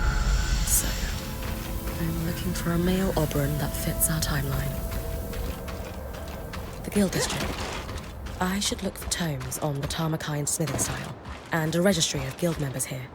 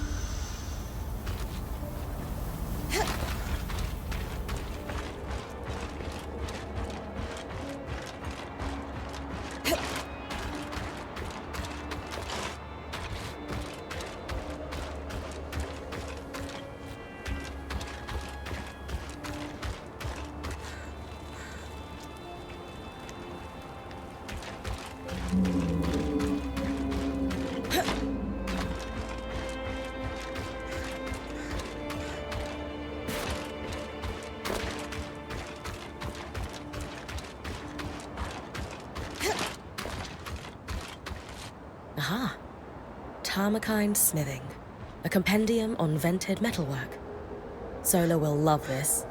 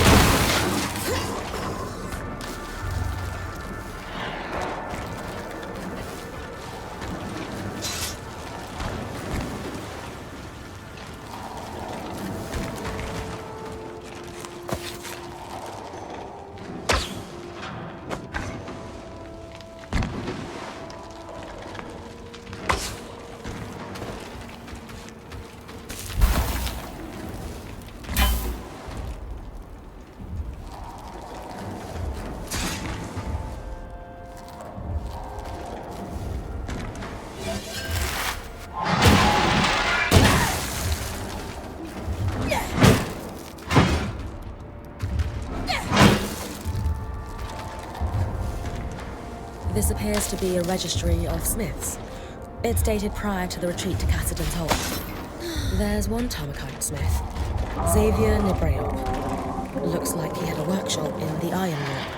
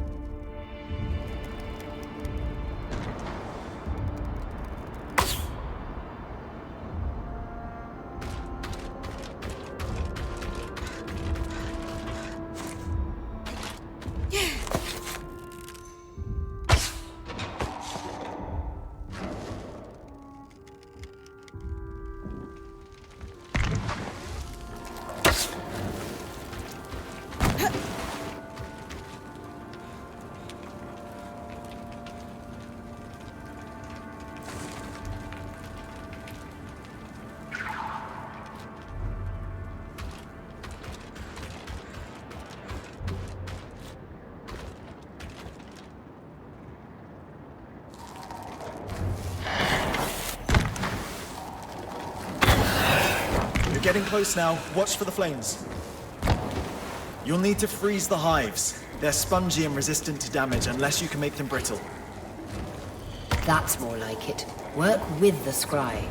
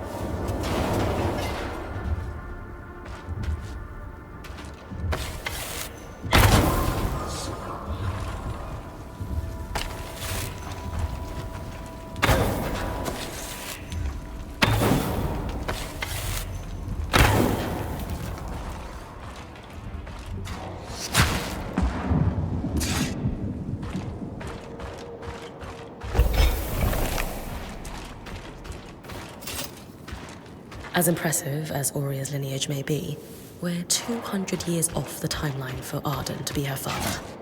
Not to mention the lack of feathers.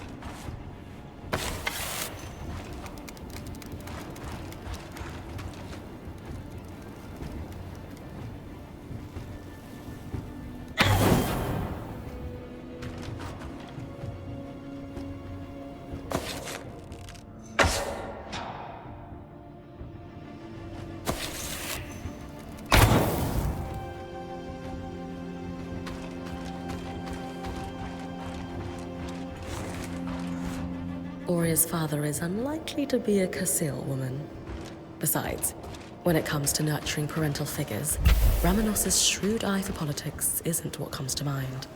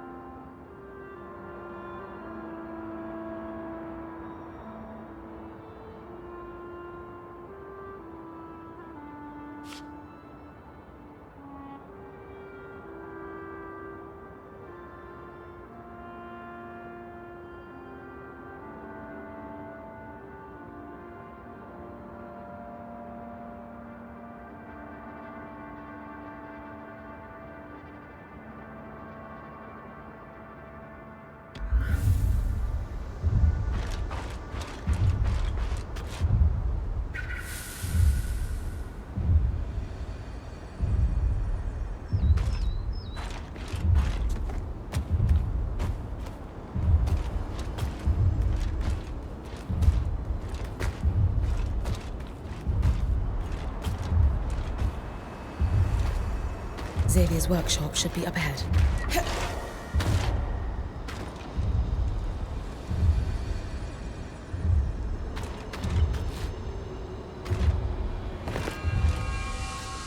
Solid and sturdy. Not made for traveling like Solar's. Xavier's diary. From a quick skim, it doesn't look like he was a particularly happy man.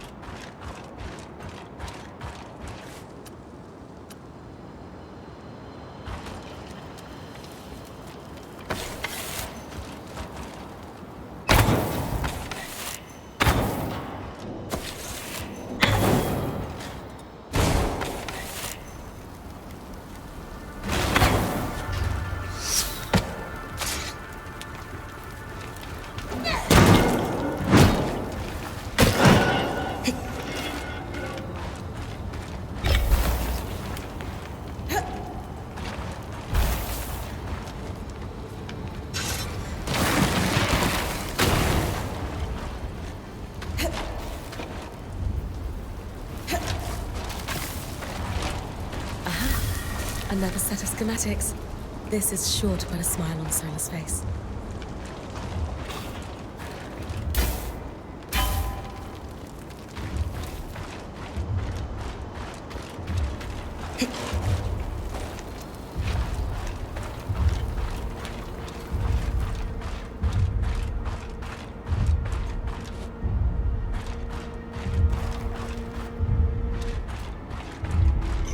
Remember, Gordon, the spindle needed to harvest a resonance from one of these massive arcs.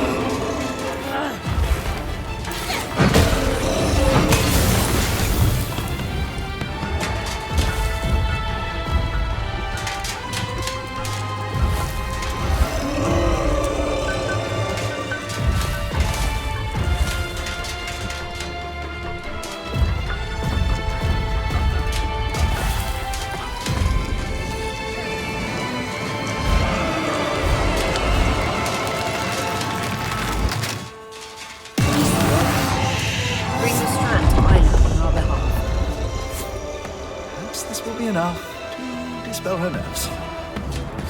Only one way to find out.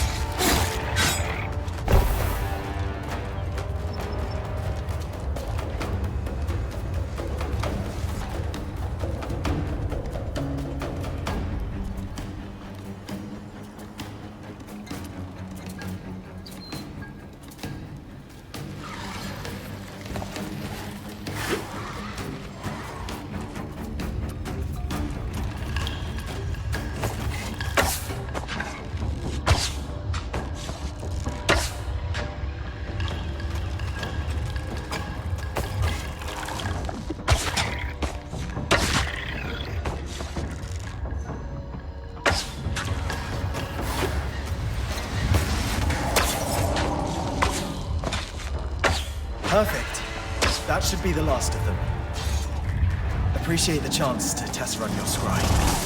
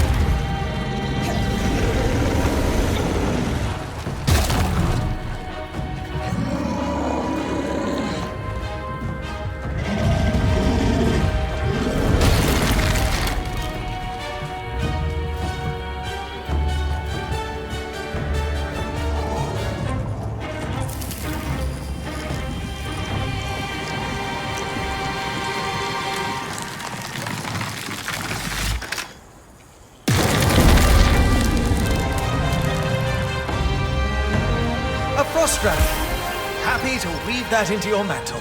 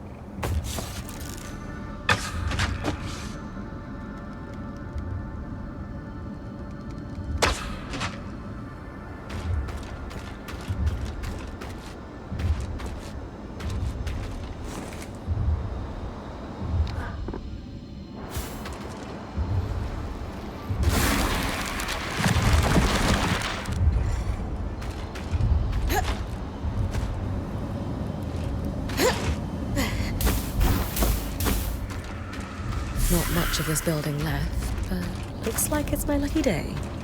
This tome's titled Disordered Thinking and Mental Anguish. Looks thick. An insert says, a herbalist in the market found success treating a variety of patients suffering from these types of afflictions. Better search the market next.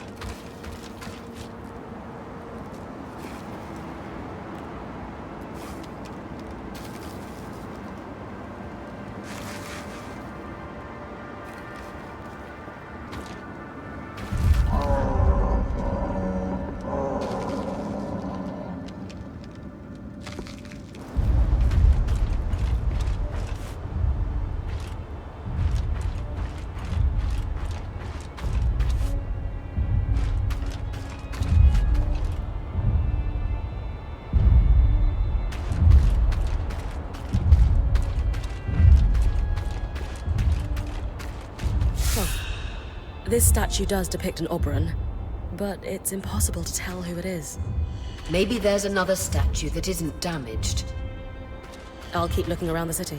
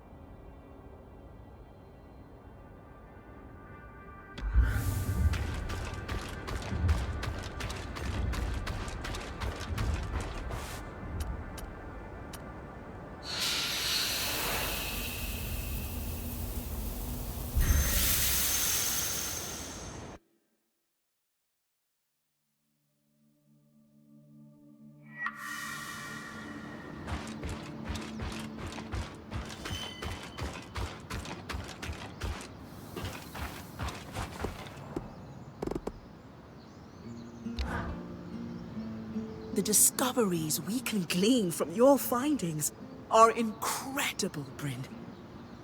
This schematic is much more complicated than the previous one, though. And I'm starting to realize why Tarmakind is a lost art. What do you mean?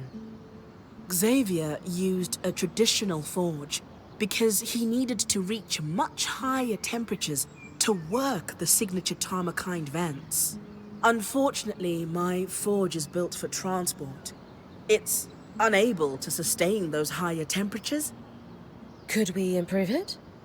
Dom had that idea of a set of enchanted hammers. They, combined with the forge, might be enough heat.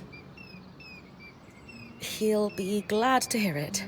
Could you maybe get him to enchant them on my behalf?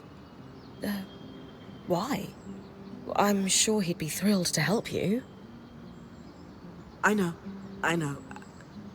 We're just not on the same page right now. I'd rather be further in my investigation before I speak to him. Besides, he mentioned he'd need some cinder linen for the enchantment, and I was thinking you could scavenge some for us. All right. This is a little strange, but I guess I can talk to him for you. Thanks.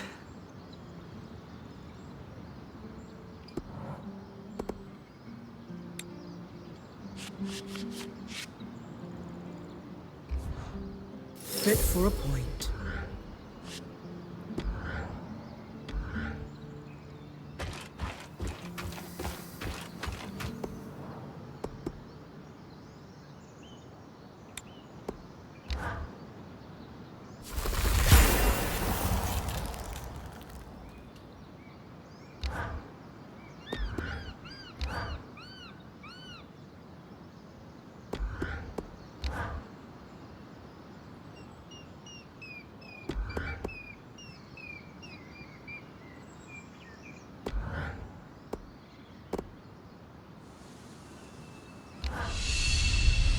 Hey, Dom.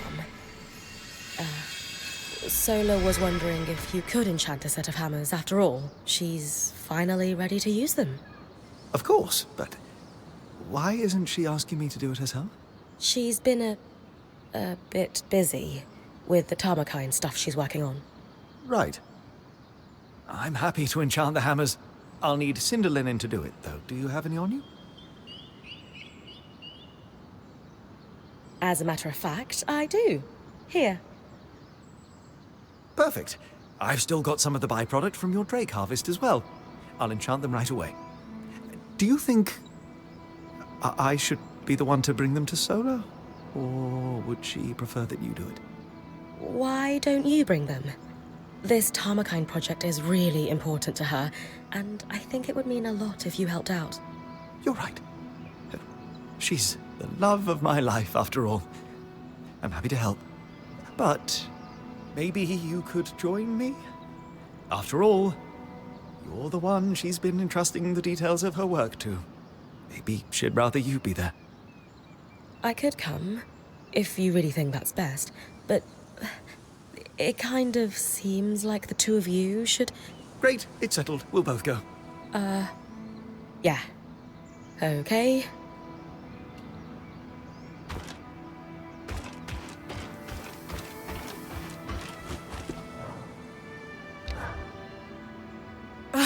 This isn't working.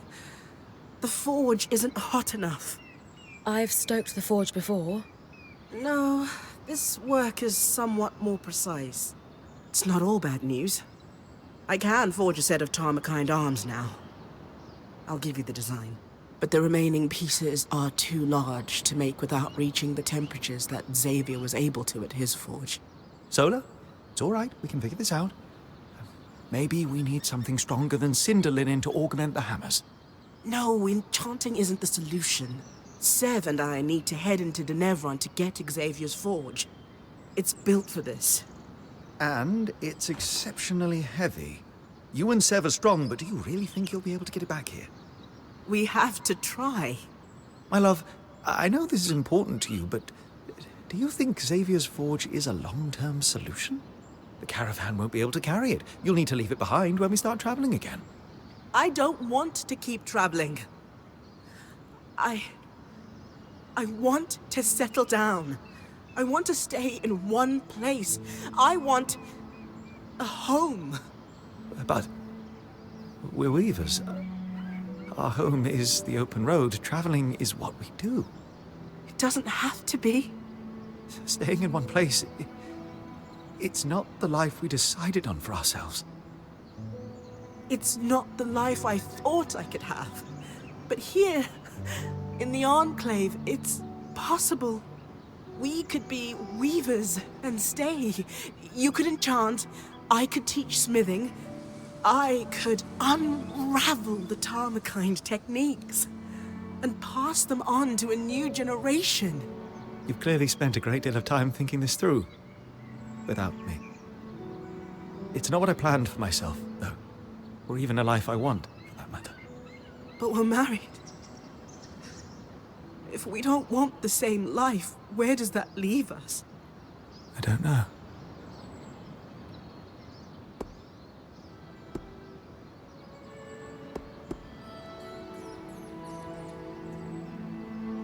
Maybe I should give you two some privacy to talk this out.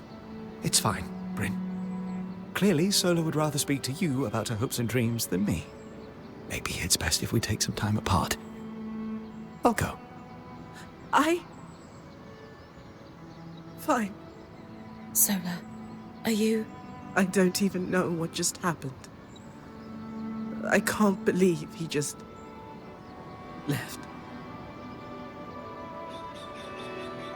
He was caught off guard. It will be okay, I promise.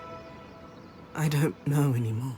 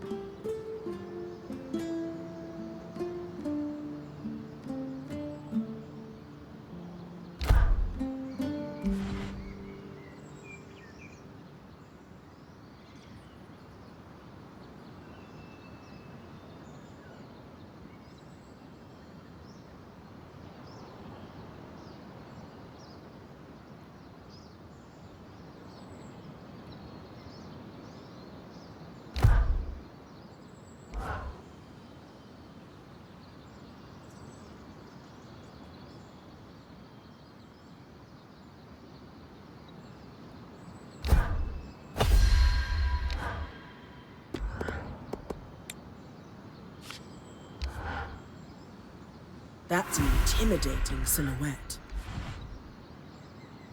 If that doesn't keep you safe, I don't know what will.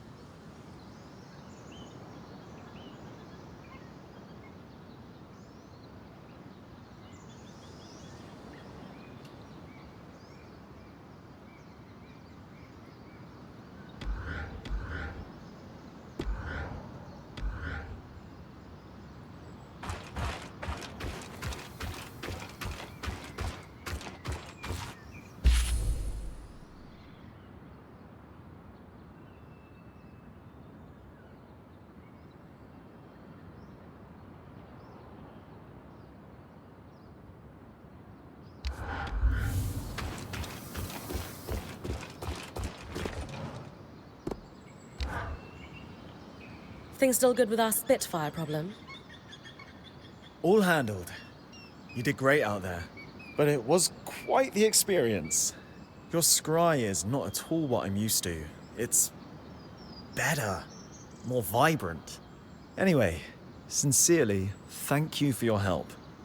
If I need more, I'll know to just ask this time.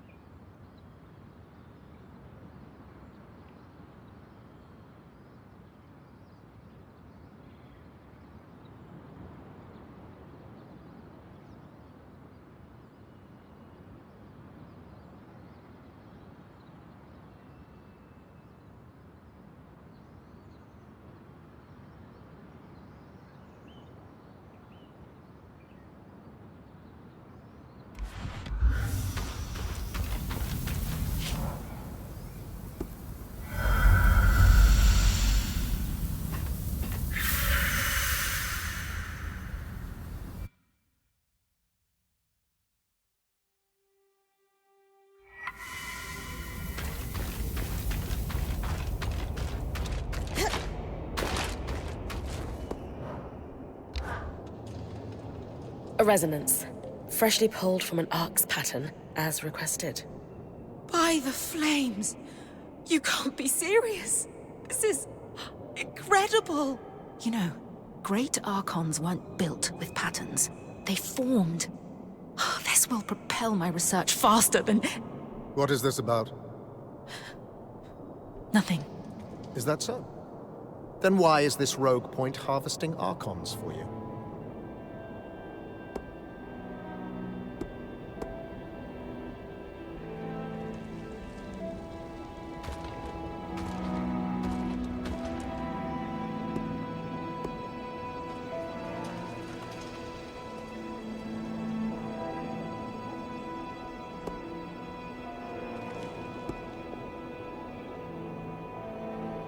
It's my fault.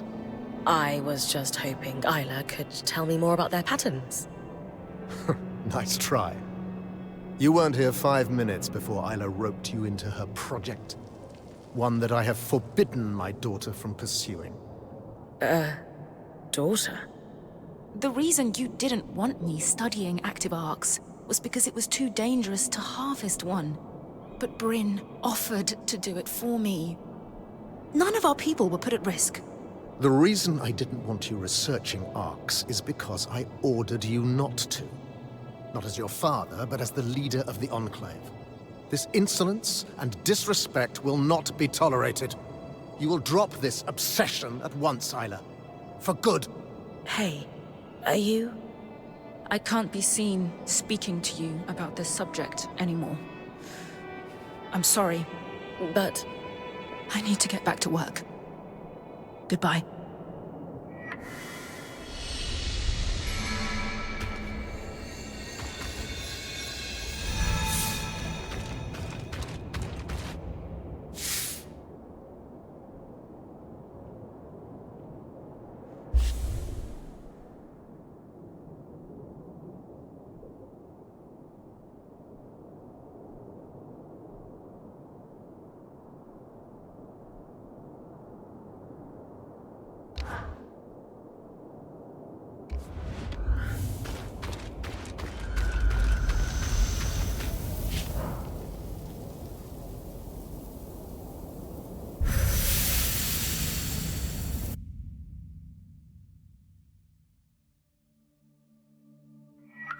Bryn?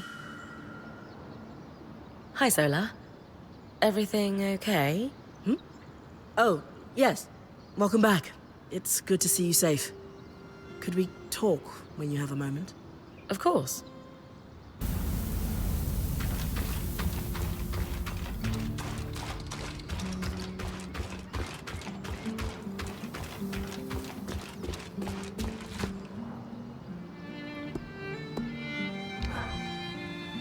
Sounds like your work with Isla was a smash success. Not exactly. She seems less willing to talk to us than ever. Yeah, I wouldn't be so sure of that. She sent me here with a secret message, after all. She did? What about? Isla wants you to go to the Archon's hearth. It needs to be at night, though. She'll sneak away from Cassidon's hold to guide you on the scry here. She wants you to collect Archon parts that may be hard to spot without her help.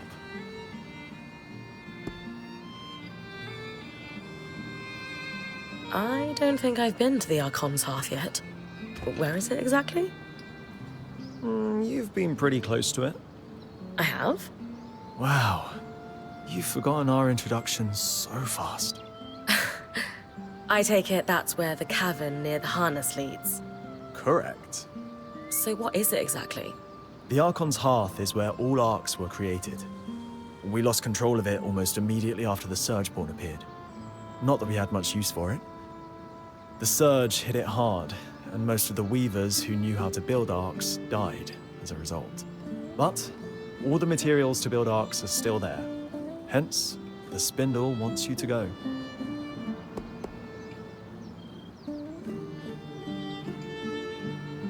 What parts does Isla want me to collect? There'll be 3 what's-its, 4 who's-its, and maybe a thingy or 2? For a guy delivering secret messages, you're not really a detailed note-taker, are you? I glazed over when she started listing the parts, and, well, we decided her sneaking out to guide you on your scry was the best course of action. Besides, even if we knew what the parts were called, there's a lot of junk down in the Archon's hearth. It wouldn't be easy to spot on your own.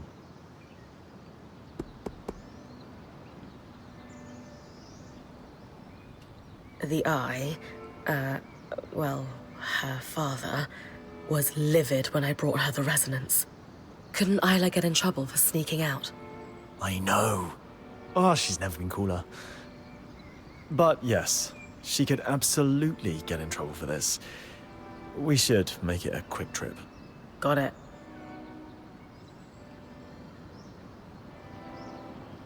I appreciate you being the middleman, Eric.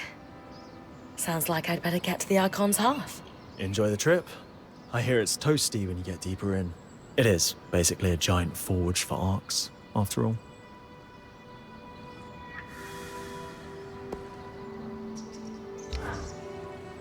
Hey, Bryn. Sorry, was lost in thought. It's this scry thing. It's been bothering me. You said it felt different from the ones you're used to. Yours was much more intense than any we have, and I need to know why. Have we overused them? I don't think so. Yours is at least as old and clearly has seen good service. That does seem strange. Yeah, I went digging through everything I could find about the scries. I'm sure the Eye has records he won't share with me, or anyone, really. But I still found a lead. A sudden burst of bureaucratic insight. Yes, I suppose. Shipping records for scries. There were some set to go out right around the surge. Exports? To bands like ours? Probably. Well, that's the problem, though. There's a lot of very specific shorthand on these manifests I just don't understand. We should talk to Casmin. She lives and breathes shipping logistics. I was hoping you'd suggest that. I was considering asking her myself, but... She's a little intimidating? No, that's Aurea. Casmin just seems busy. Always busy. And I don't want to overstep here with your crew. We can talk to her together.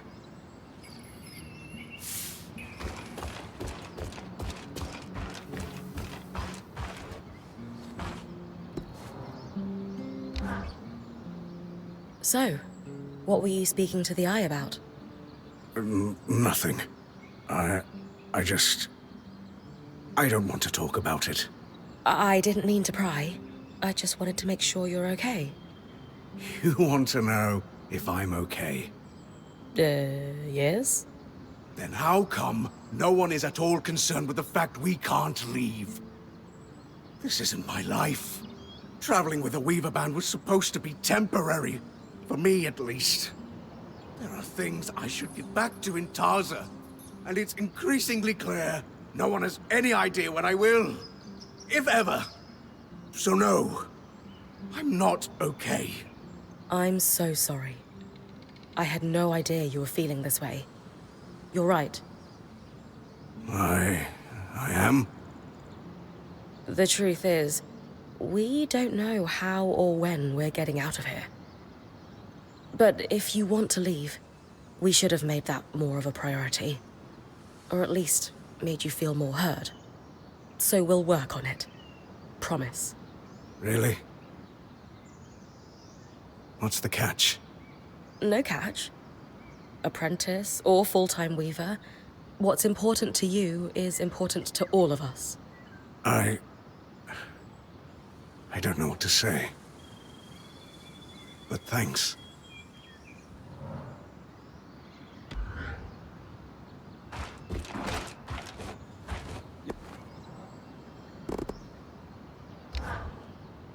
You wanted to talk? Mm-hmm. Can you walk with me?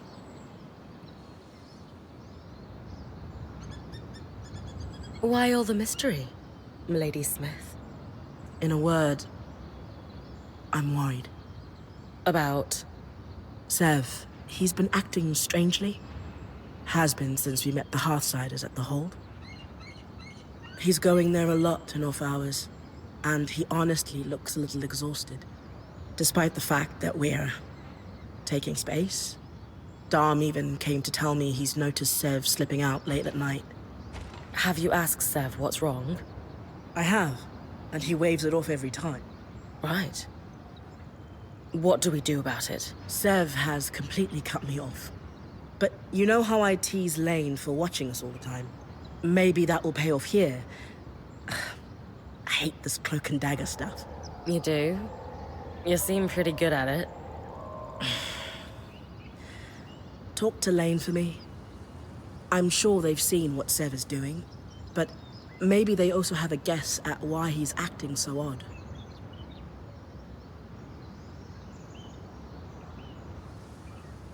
Okay, let's go back before anyone gets nosy. And if Sev asks, blood moon cycle. Not sure if Ram blush, but he sure does. Got it.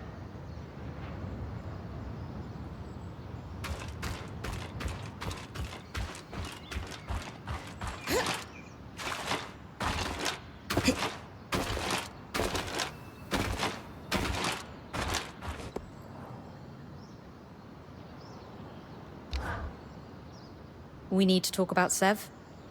Wait, you know why I'm here? I'm a keen observer, and you have no Pangel face. Also, Solar has many strengths, but subtlety is not one of them. Sev, however, is somewhat more adept at hiding things. He's been moving back and forth between here and the Hold quite regularly. Let me ask you something. Did you notice anything odd when you were at the Hold? There was a moment when Sev approached the Eye to speak alone. Ah. That confirms my suspicion, then. Have you noticed that Sev and the Eye wear a similar symbol? I had not. The symbol looks to be a stylized... well, I'm not sure, but I think it's something akin to a water wheel. I don't recognize it myself, but given the Eye is wearing it, the Enclave might have some record of that particular symbol. The archives in the Spire might have something, though I'd rather just ask Sev. Given his secrecy about this whole affair, I can't imagine he will be forthcoming. Good point. And yet... Either way, time for a little investigation. Hey, big guy. Everything okay?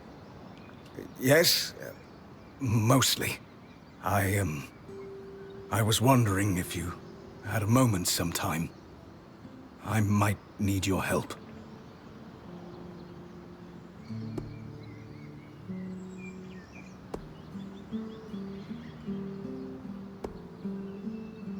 Then I might be delighted to give it.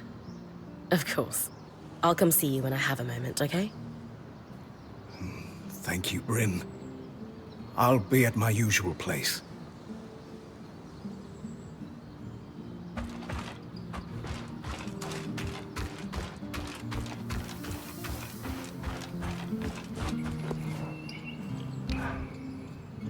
You said you needed some help, Sav? What's up? Have I ever told you how I envy your clarity, Bryn? How so? Maybe I'm just romanticizing it, but you seem like someone who's always known what you wanted to do. To be. I was born in the tail years of a liberation war, Sev. It never made sense to me that I couldn't be anything I wanted. So I just decided. I wish making decisions came so simply to me. Perhaps you can give me pointers when the time comes. Anyway, I've been working on a side project to help the Hearthsiders, and I'm having trouble sourcing some rarer components.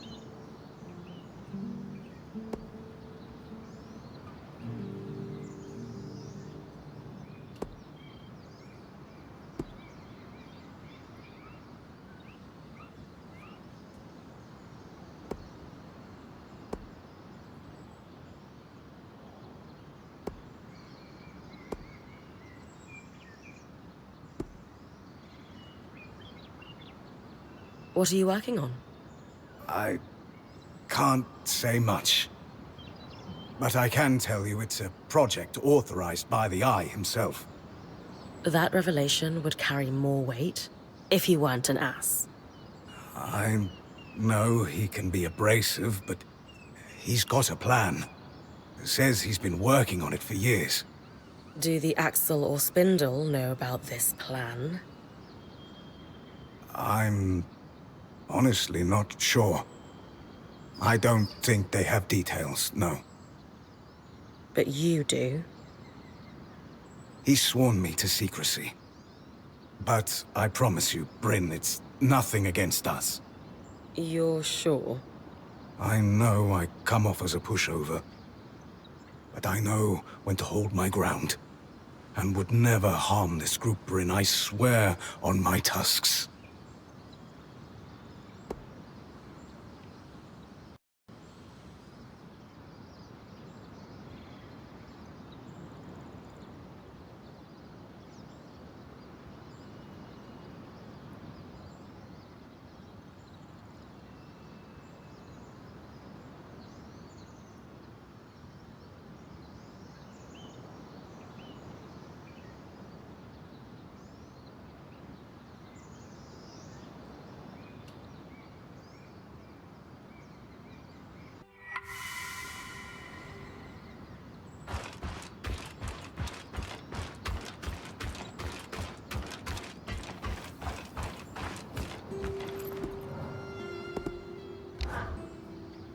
You said you needed some help, Sav? How so? I was born... What are you working on? Do the... But you... He swore... You're... I'm...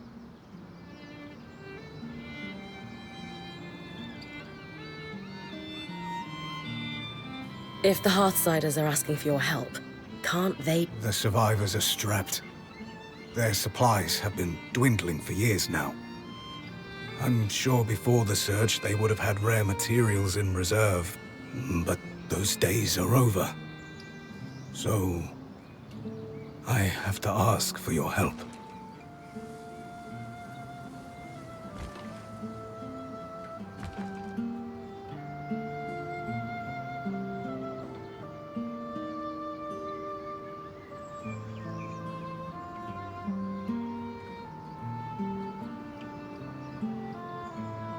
I'm game, but I want you to know I have reservations. The Eye hasn't exactly been helpful to us. I completely understand. I'm probably crossing some lines, but I'm glad you're hearing me out. I've put together a schematic and I'll leave it with Solar. The majority of the asks are reasonably mundane. It's just... Oh no. Well, I need some particular secretions from a glass tail. Why is it never onions? You know, small, green, distinct lack of talons. Never flash freeze you into an icy prison, though I suppose both can make you cry. I'm kidding, Sev. I'll see what I can do.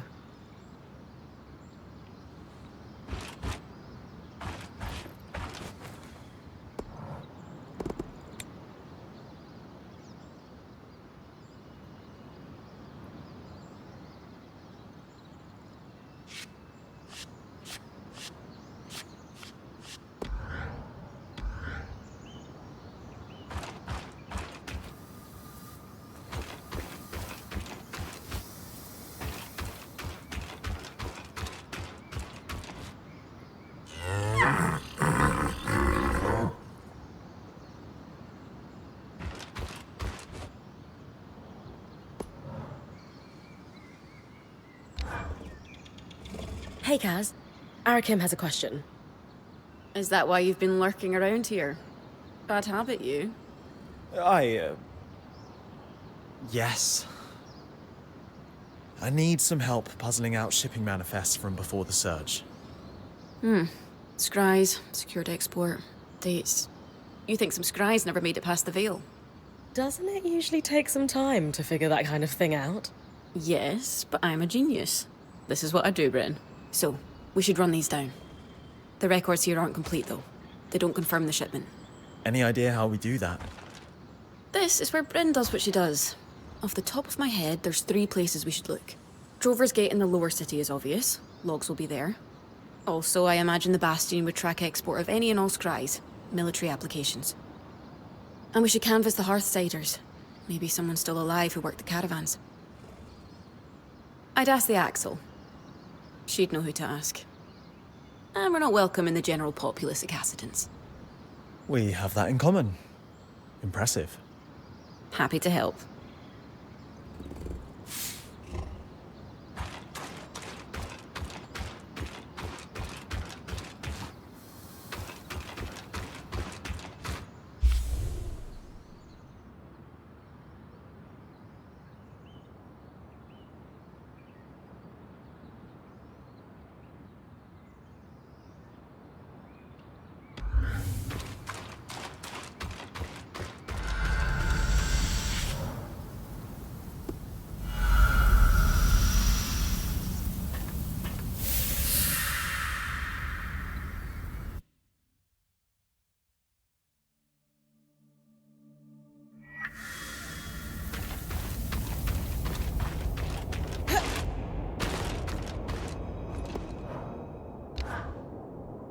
I have a strange request. And I have very little time. How is our little project coming? I'm working on it. Then let's prioritize that. I have people to arm.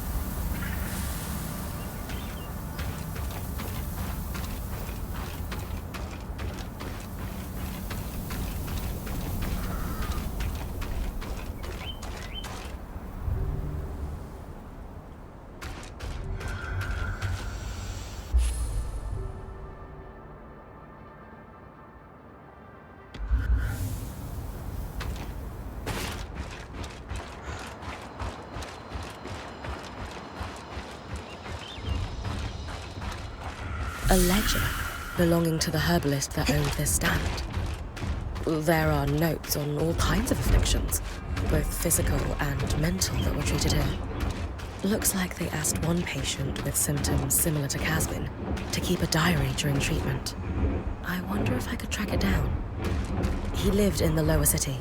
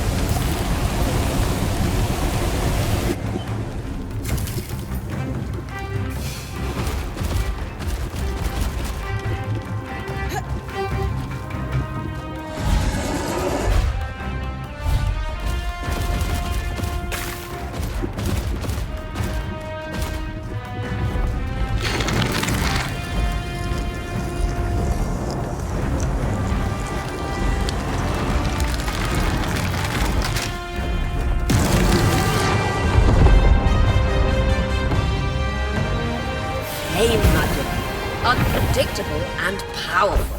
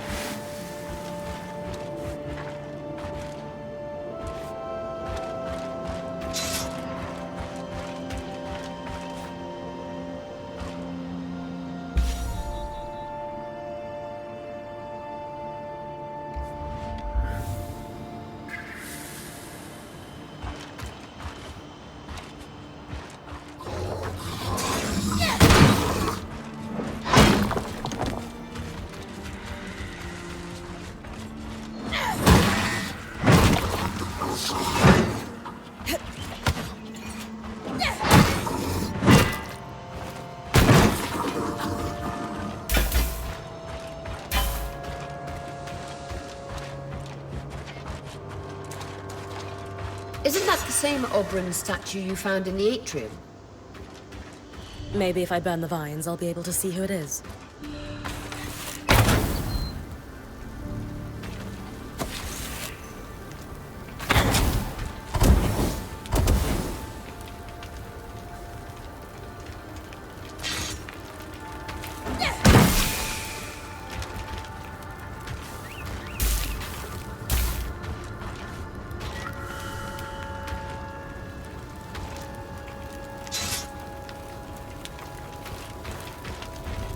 Matteo Agretius, known for his acts of bravery following the Surge. Could this be your father, Aurea? Perhaps. Arakim might know how to confirm.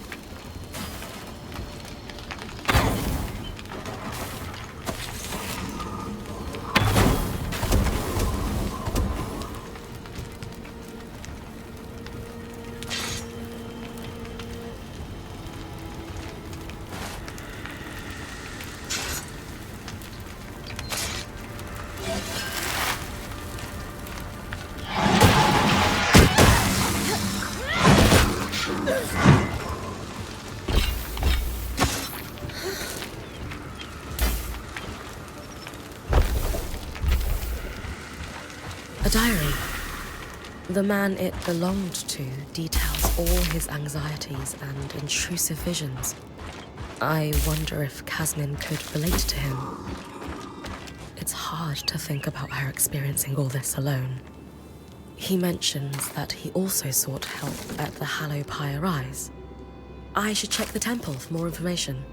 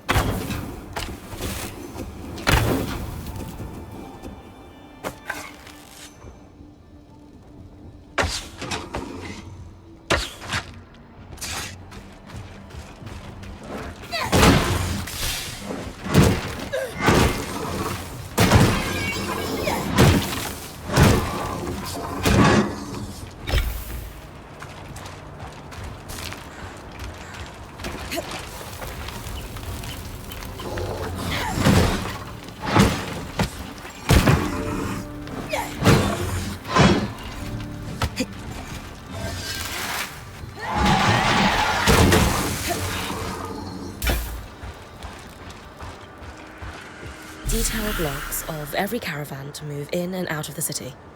Before the Surge, the Enclave was a trade hub. This is one part of why they were so successful. Lane and I should be able to parse them quickly enough.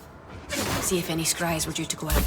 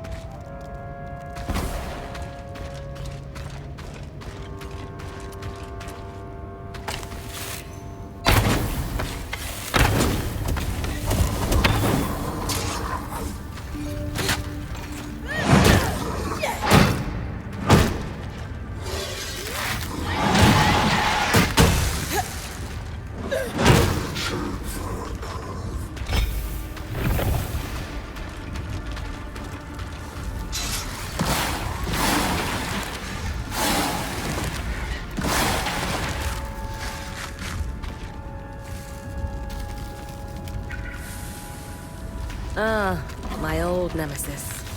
Paperwork. Mom would be so proud.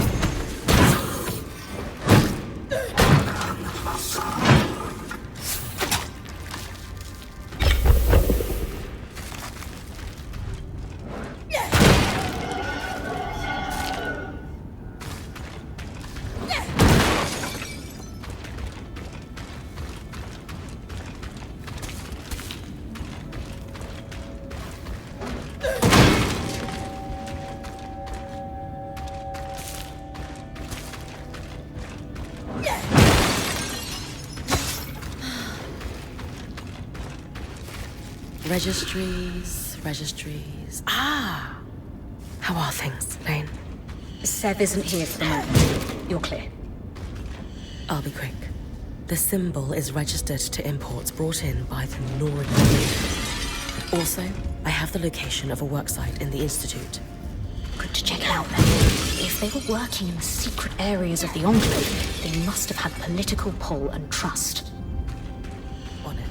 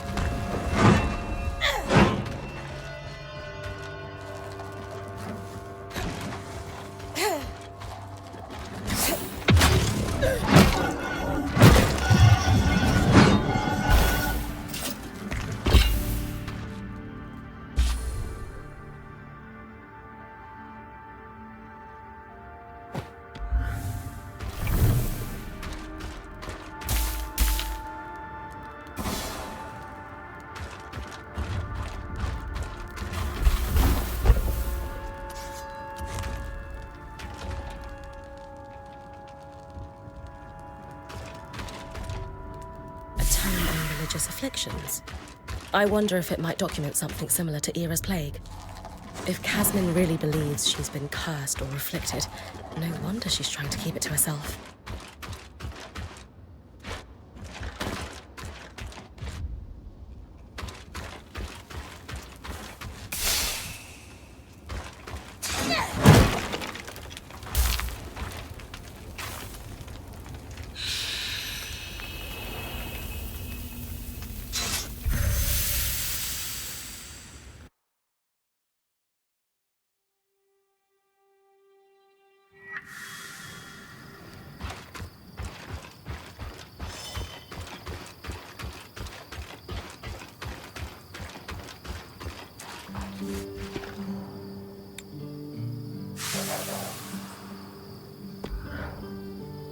Exactly as I theorized. Era's plague is little more than a stigmatized condition with a perfectly rational explanation. Which is? A perfect storm of family traits and lifestyle choices, exaggerated by circumstance. Diet, athletics, and sleep all factor in. Casmin hasn't been sleeping much. Might be worth presenting this research to her to see if the rest resonates. Good idea. Oria and I will join you when you're ready.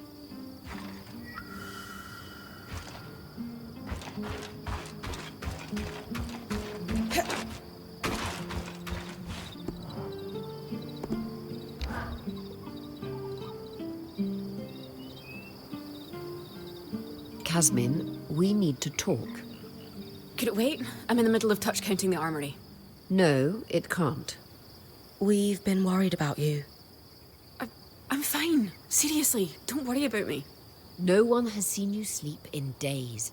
You're clearly hiding 2 bands worth of supplies behind the caravan shutters. And half the time you're talking a league a minute about catastrophes that are never going to happen. We can't let you keep going like this. No. Maybe I've been a little off lately, but I'm fine, seriously. I'm just trying to keep our Weaver band prepared in case... I just want us all to be safe. We are safe. Kaz, I've been doing research on a condition you might know as Era's plague. I'm not possessed. We know. The Enclave studies on Era's plague concluded that it's not a religious affliction, but a disorder of the mind. The sufferer experiences a cycle of relentless, disturbing thoughts and all manner of compulsions to fix them, including hoarding. Though it may be passed on through families, this condition is often exacerbated by a lack of sleep. Bryn found a diary belonging to a Cassil man in Denevron who suffered from this. I think you should read it. He describes the intrusive visions that began after the birth of his son. Horrible fears he would drop his baby that he was so ashamed of, he couldn't share them with anyone. That's awful. It reached a point where he couldn't hold his own child, until he sought help. So, you're saying... if I have Era's plague, there's a cure? We found evidence of a treatment, yes. We'd need to talk to someone at Cassidin's Hold to know more. But we didn't want to speak to someone outside the Weaver Band on your behalf without talking to you first. I don't know.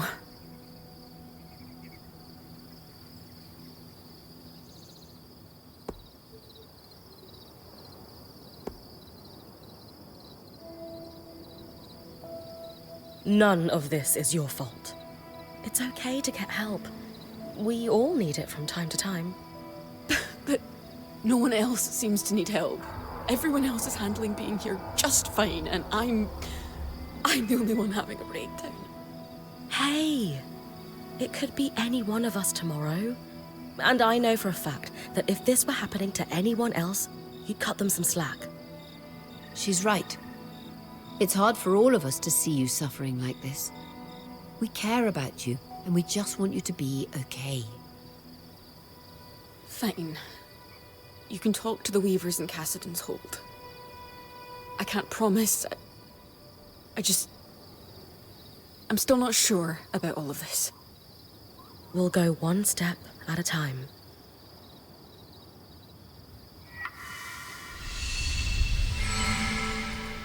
those people, trapped in Cassidy's hold for nearly 2 decades. And everything they lived through before that.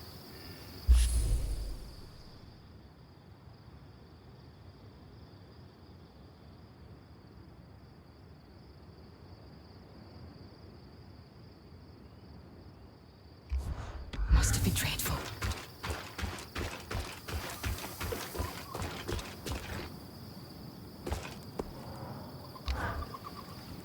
Arik, about those statues in Upper Denevron. You mean the Friends of the Eye? No, I was talking about the champions. Ha! Some of them, maybe. But you could be the most heroic weaver in the world, and unless you're cozying up to leadership, there's no statue being built in your honor. Huh. Anyway, what do you want with them? Well, we're wondering if there could be a familial connection between someone in our band and one of the figures represented on the statues. You could dive through the archives we've preserved in Castellan's hold on all our heroes. That's the slow, boring way. Don't let Lane hear you say that. Or you can compare mantles to see if their patterns are a match. You can tell two people are related through their mantles. The spindle could tell you more about the science behind it. But from what I understand, there are similarities across bloodlines in how a weaver's cloth pulls magic from the air. A pattern tracer allows us to analyze those similarities between two weavers' patterns. I'll give you a design for it. Once it's built, take it to the Axle and she'll trace the mantles for you. We've preserved mantles belonging to all our heroes in Castellan's hold. Thanks, Arik. Aurea will be pleased. Aurea? For what it's worth, she's twice the weaver any of those statues might claim to be.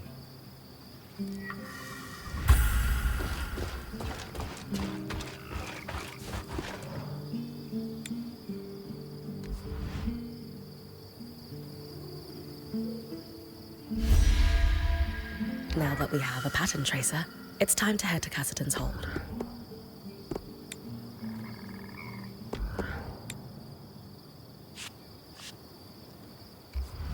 That's an intimidating silhouette.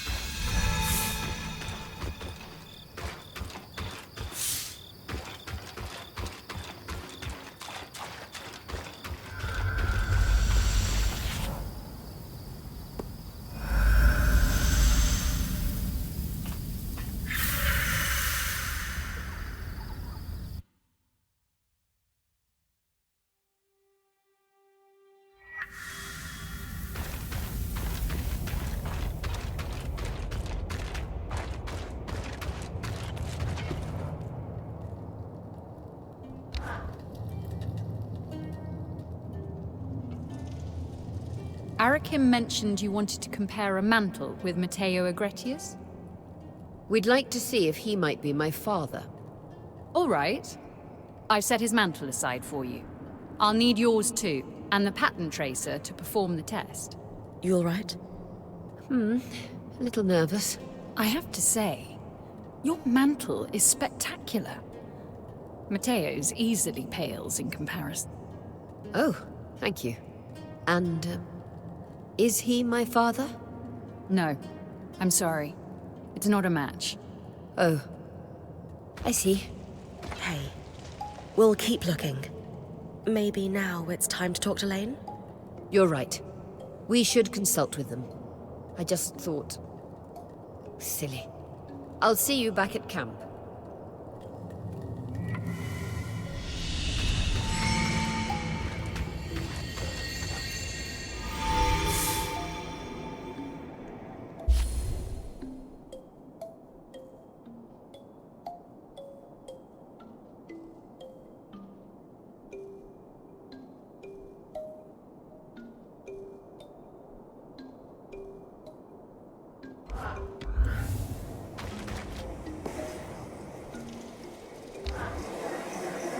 Isla, I was wondering if you might be able to help my friend. Oh, what seems to be the problem? I was wondering if you've heard of an affliction known as Era's Plague. A damaging misnomer, but yes. It certainly seems like the Enclave had a better understanding of it than the rest of the Maida does. I believe our quartermaster is suffering from it. She's a Kashar like you. Ah, yes. The condition isn't unique to Kashar, but it's believed we experience it in greater severity due to our unique sleep cycles. I've heard of Ram, Obrun, Ashar, and Kassil alike who've experienced it. The first line of treatment is sleep. Unfortunately, that's difficult for Kashar. Thankfully, a sleeping balm should go a long way to help her. But it's not enough on its own.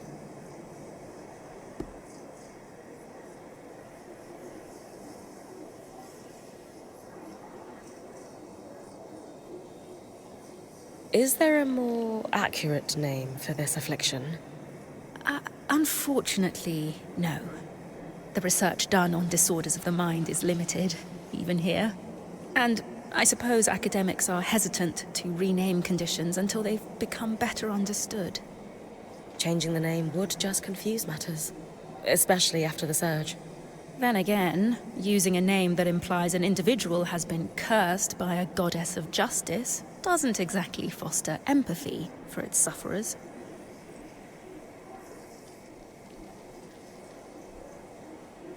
If this won't cure Kasmin, what else will we need to do to help her?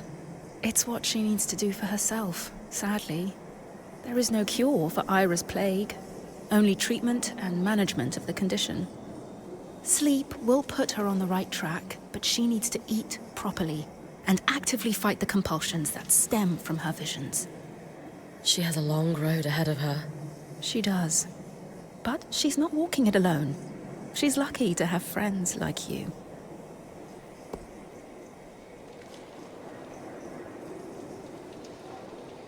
Have you experienced Era's Plague yourself? Not personally, no. But when I was born, my mother sought out the sleeping balm recipe in case I ever needed it, being Kashar. Great foresight on her part. You've never spoken of your mother before? She died before I was even a year old. And my father doesn't like to speak of her.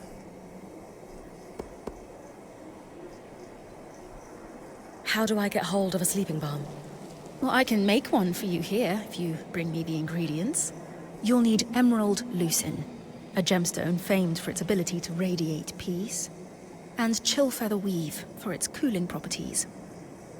In addition to this, you'll need oil membrane for the formula, and of course, red cotton, because it filters the light so that the eyes find deeper rest. I'll bring you those right away.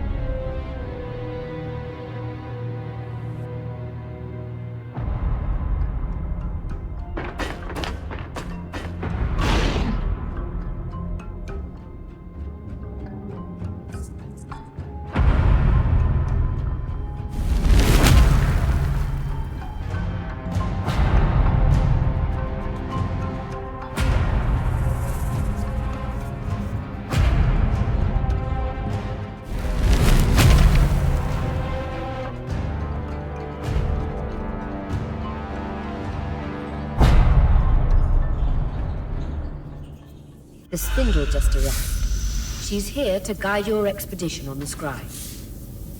Please, call me Isla. I'll direct you to the Archon parts we need. Hard to believe you actually came. Worried you'll get caught sneaking out? Please. It's hardly my first time out of the hold. Ah, you're gutsier than you let on.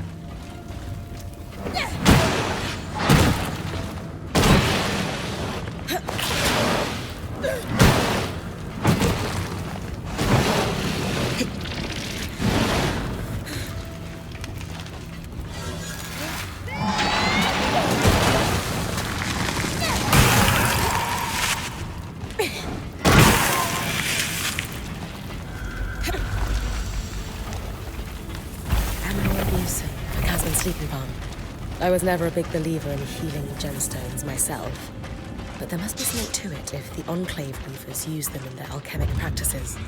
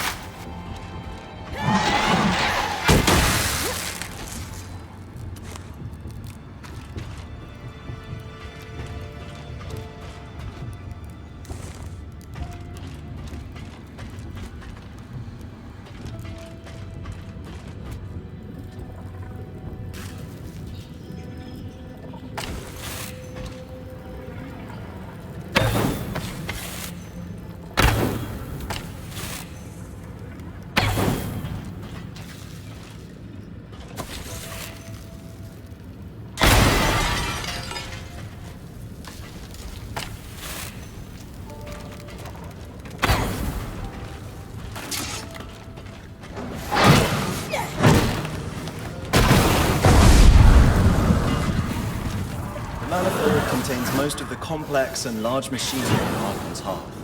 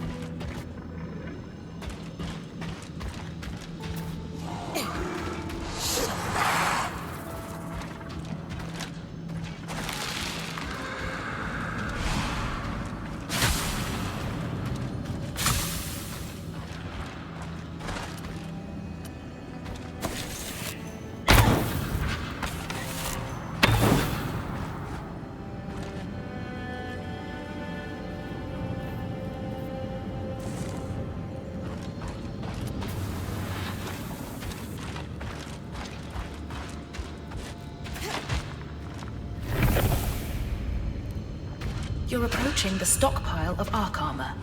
I'll need you to collect a few pieces for me. Resonant Fields is where the Enclave farmed much of its coral.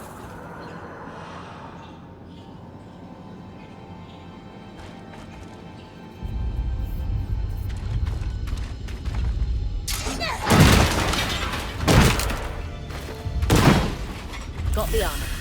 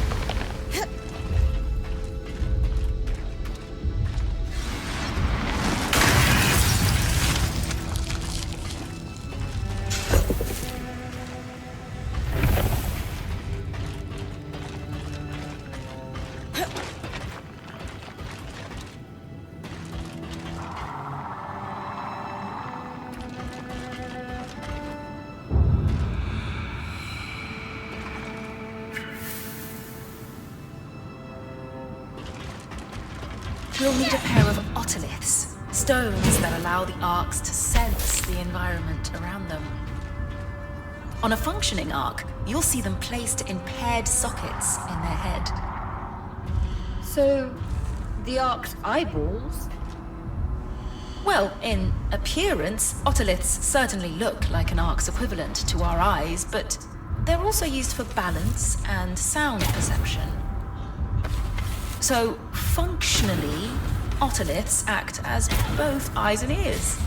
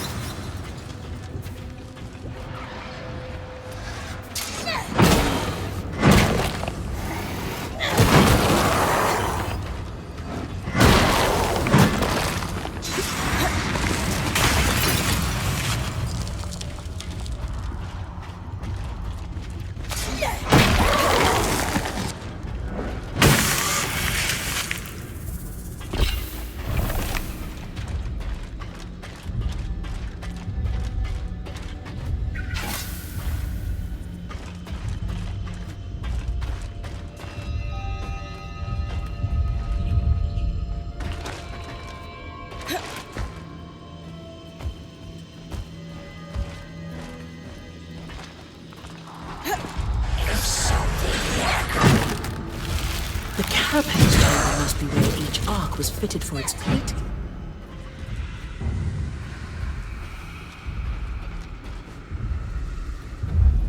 The Ark of the Forge, built to equip Archons. Watch out for that hammer. Got the eyes? And ears? Otoliths. You know what I mean.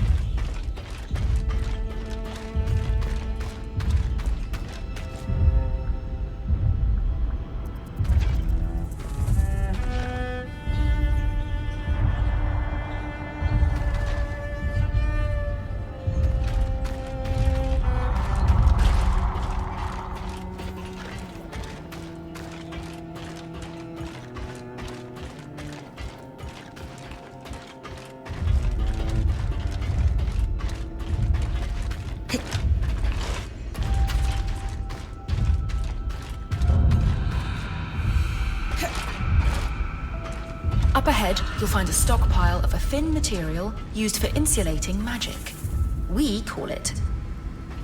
Carapace. Oh, you're familiar with it? We used it to repair the magic leaking from the loom gate in the outskirts.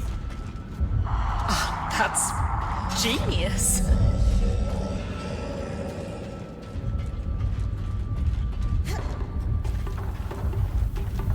The emergence gate is one of several grand gates that was built to facilitate the transport of great archons. Apparently, it's no longer functional.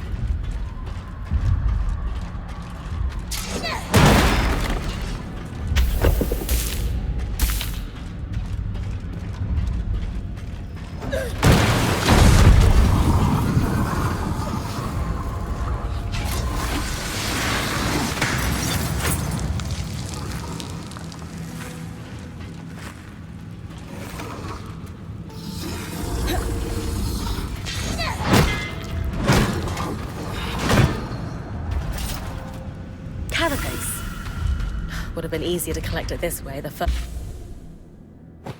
time around.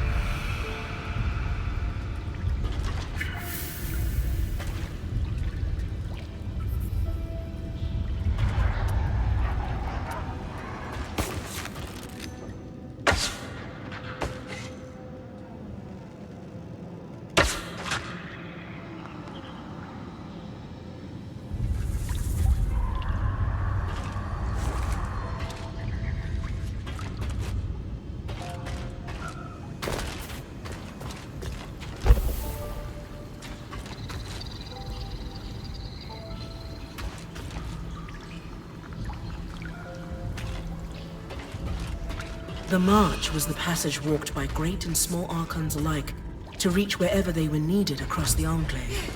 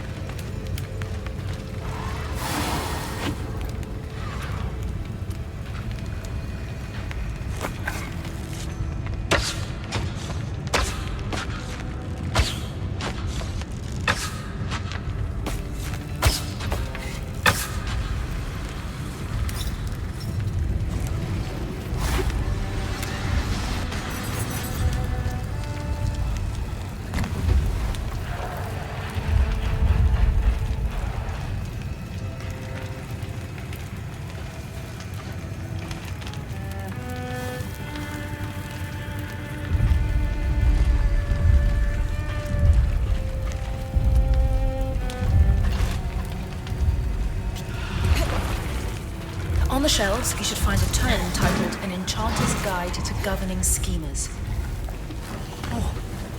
Could I borrow it once you've finished? Sure. I mean, from what I've heard, it's a dry read. It's just a basic introduction to enchanting the Ark's governing schemer, but... Dry? Who in their right mind would possibly find that dry? Just about anyone.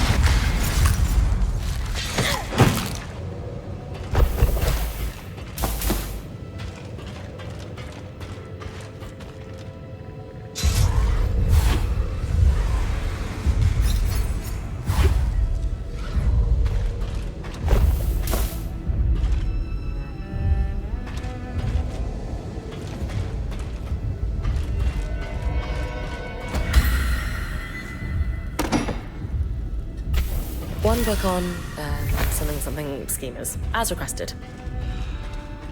That's everything we need. Oh, this will do wonders for my research. If only there was an ark I could try to repair, but alas. We've got one here in the campsite. It's the one we followed through the Vale. What? Could you... Would you... Need help carrying it to Cassidy's hold? Thank you. I'll meet you there with the parts.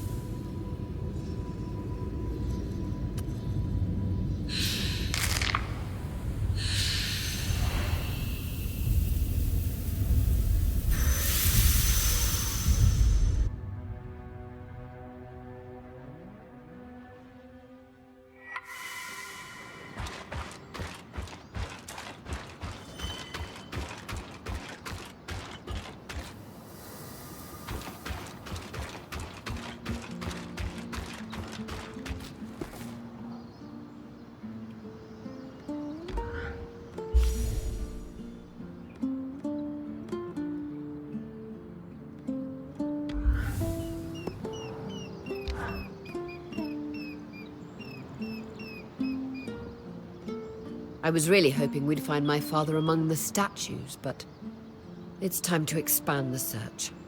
You were right, Lane. I often am. Let's build a census of male Oberon in the Enclave within a limited time frame that makes sense for your birth. Knowing your father had to have been here when the veil went up narrows our search significantly. Time to chase a paper trail. Between the two of us, we'll find your father. Yes.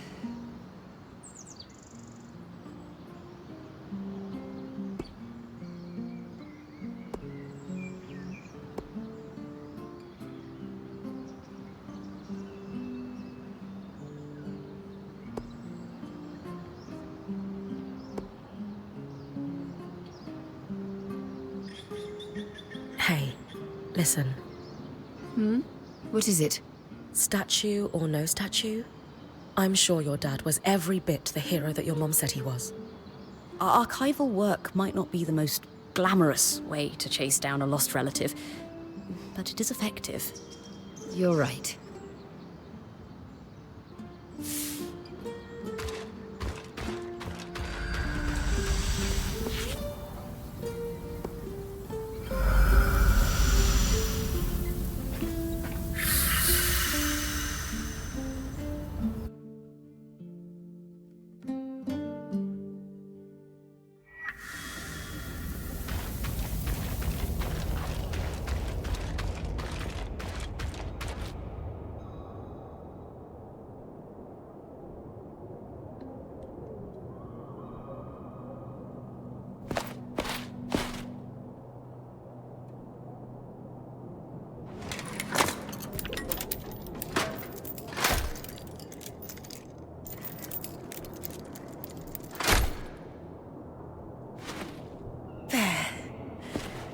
Should do it.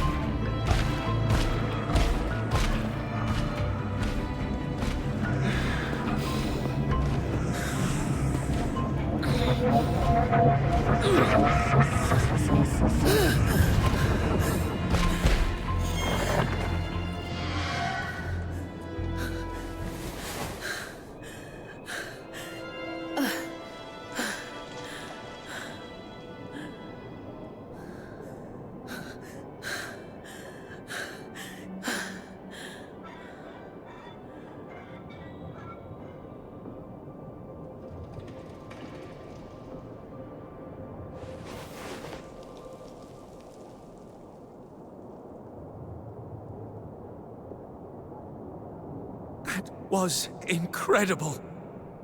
It was certainly exhilarating. Are you okay? Yes, it's just no small feat to power an arc manually. Even a smaller one like this. It takes a lot out of me. We still don't know how the Enclave was able to catalyze an Ark's ability to absorb raw magic on its own. Weavers certainly weren't powering them the way I just did. Still, what a leap forward. Indeed. You have no idea what this means to me. Thank you for all your help. Isla, what you did, I have to say, I'm impressed. Perhaps I misjudged your ambitions with the Arcs. Perhaps? That is an understatement. You've never taken me seriously. Isla, I'm trying to... Just like you've never taken the Surgeborn seriously. I watched Bryn's expedition to the Underworks. You left Cassidon's hold. That is against my direct orders. Oh, just like you ordered to sweep hundreds of Surgeborn under the rug, instead of actually doing something about them. This is your doing, somehow. What have you done to turn my daughter against me?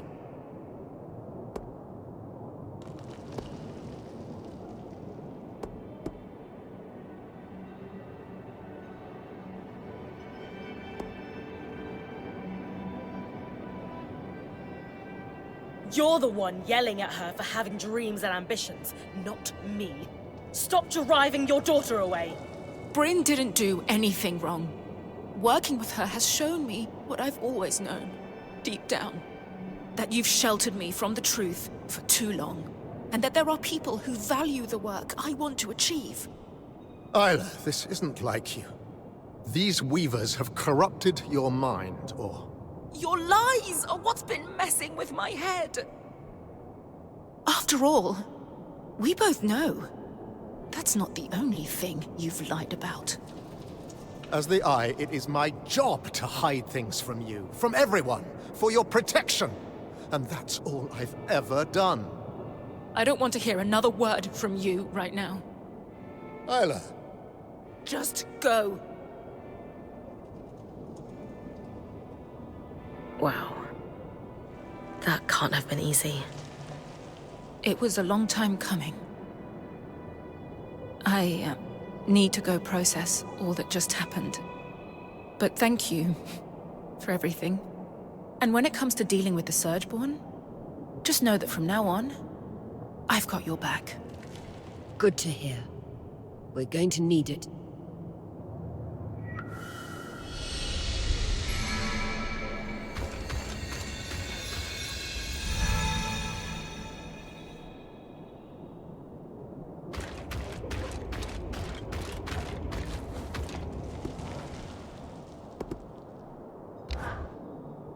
Here's everything you asked for. Just a moment, and I'll prepare the balm. Here you go. And I've written down the recipe for Lane, in case you run out. Thank you so much. Have your quartermaster rub a little of the balm on her forehead, temples, and wrists before she goes to sleep. She'll be out in no time. I hope she's willing to try this. All you can do is be there. The rest is up to her. You're right. I'd better get back to camp. I hope your friend feels better soon.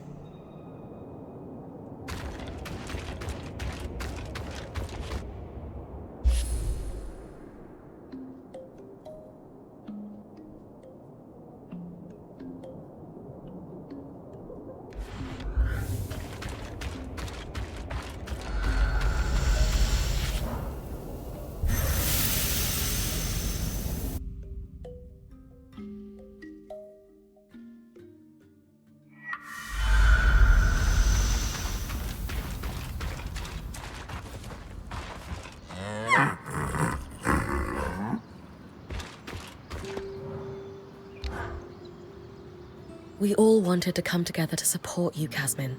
However we can. Do you think you're ready to talk about what's going on? I guess I have been feeling not so great lately. It's hard. I don't know how to tell you what's going on in my mind. Or if I even should. We're not here to judge. We're here to listen. You can tell us anything.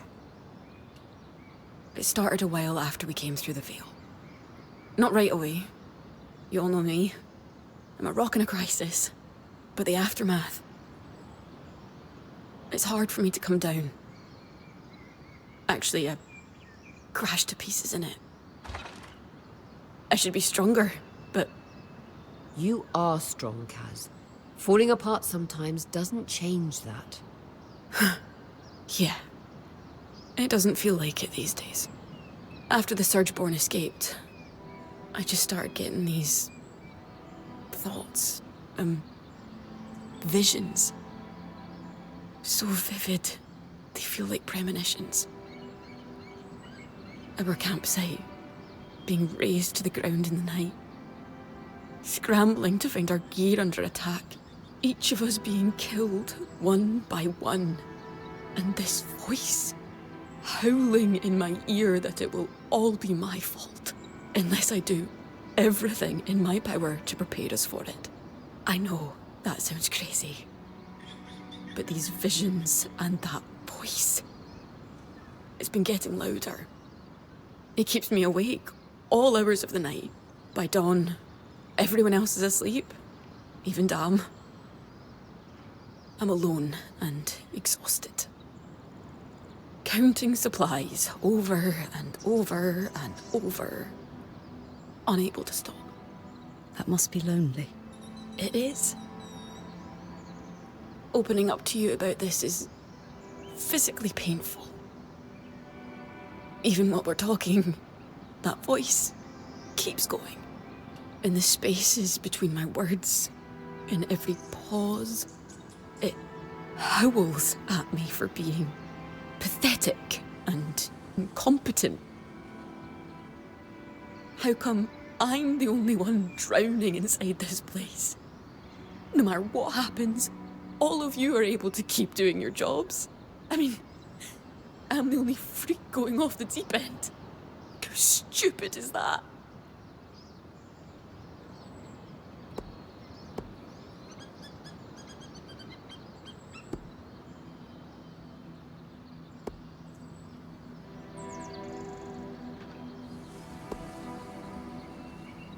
This is nothing to be ashamed of. I know that's easier said than done, but no one thinks less of you for any of this. You can't scare us away. We will be by your side through worse storms than this. I don't know how you're all still standing by me. But the fact that you are must count for something. What if we cleaned out the caravan for you while you go rest? Bryn will sit with you until you fall asleep. I don't know. I don't think I can sleep right now. I have something that will help. A sleeping balm from the spindle. Would you be open to trying it? Maybe, but I'm afraid of what will happen if I go to sleep. I won't let anything happen. I promise. Do you trust me? I do. But I've made such a mess of the caravan. I can't let you guys be the ones to clean it up. We've got this, Casmin. It's okay. All right. Thank you.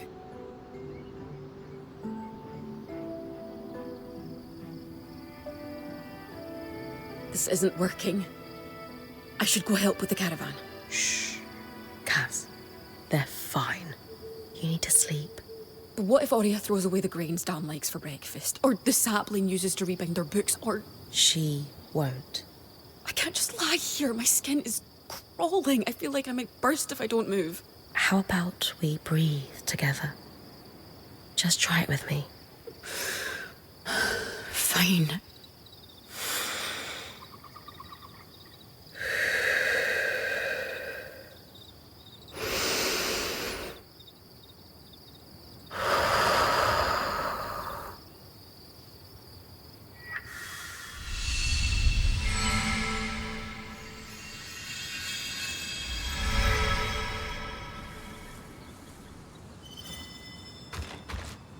So we're fine with Arik just spending all his time in our camp now? Kaz, unlike the other Hearthsiders, he's been welcoming. Where's this coming from? Oh, is that what we're calling lurking in the shadows and watching Bryn sleep now? Welcoming? Wasn't that long ago that we all thought it was creepy. But I guess now that he's got a handsome face beneath that mask, it's friendly. You'll warm up to him in time. You always do.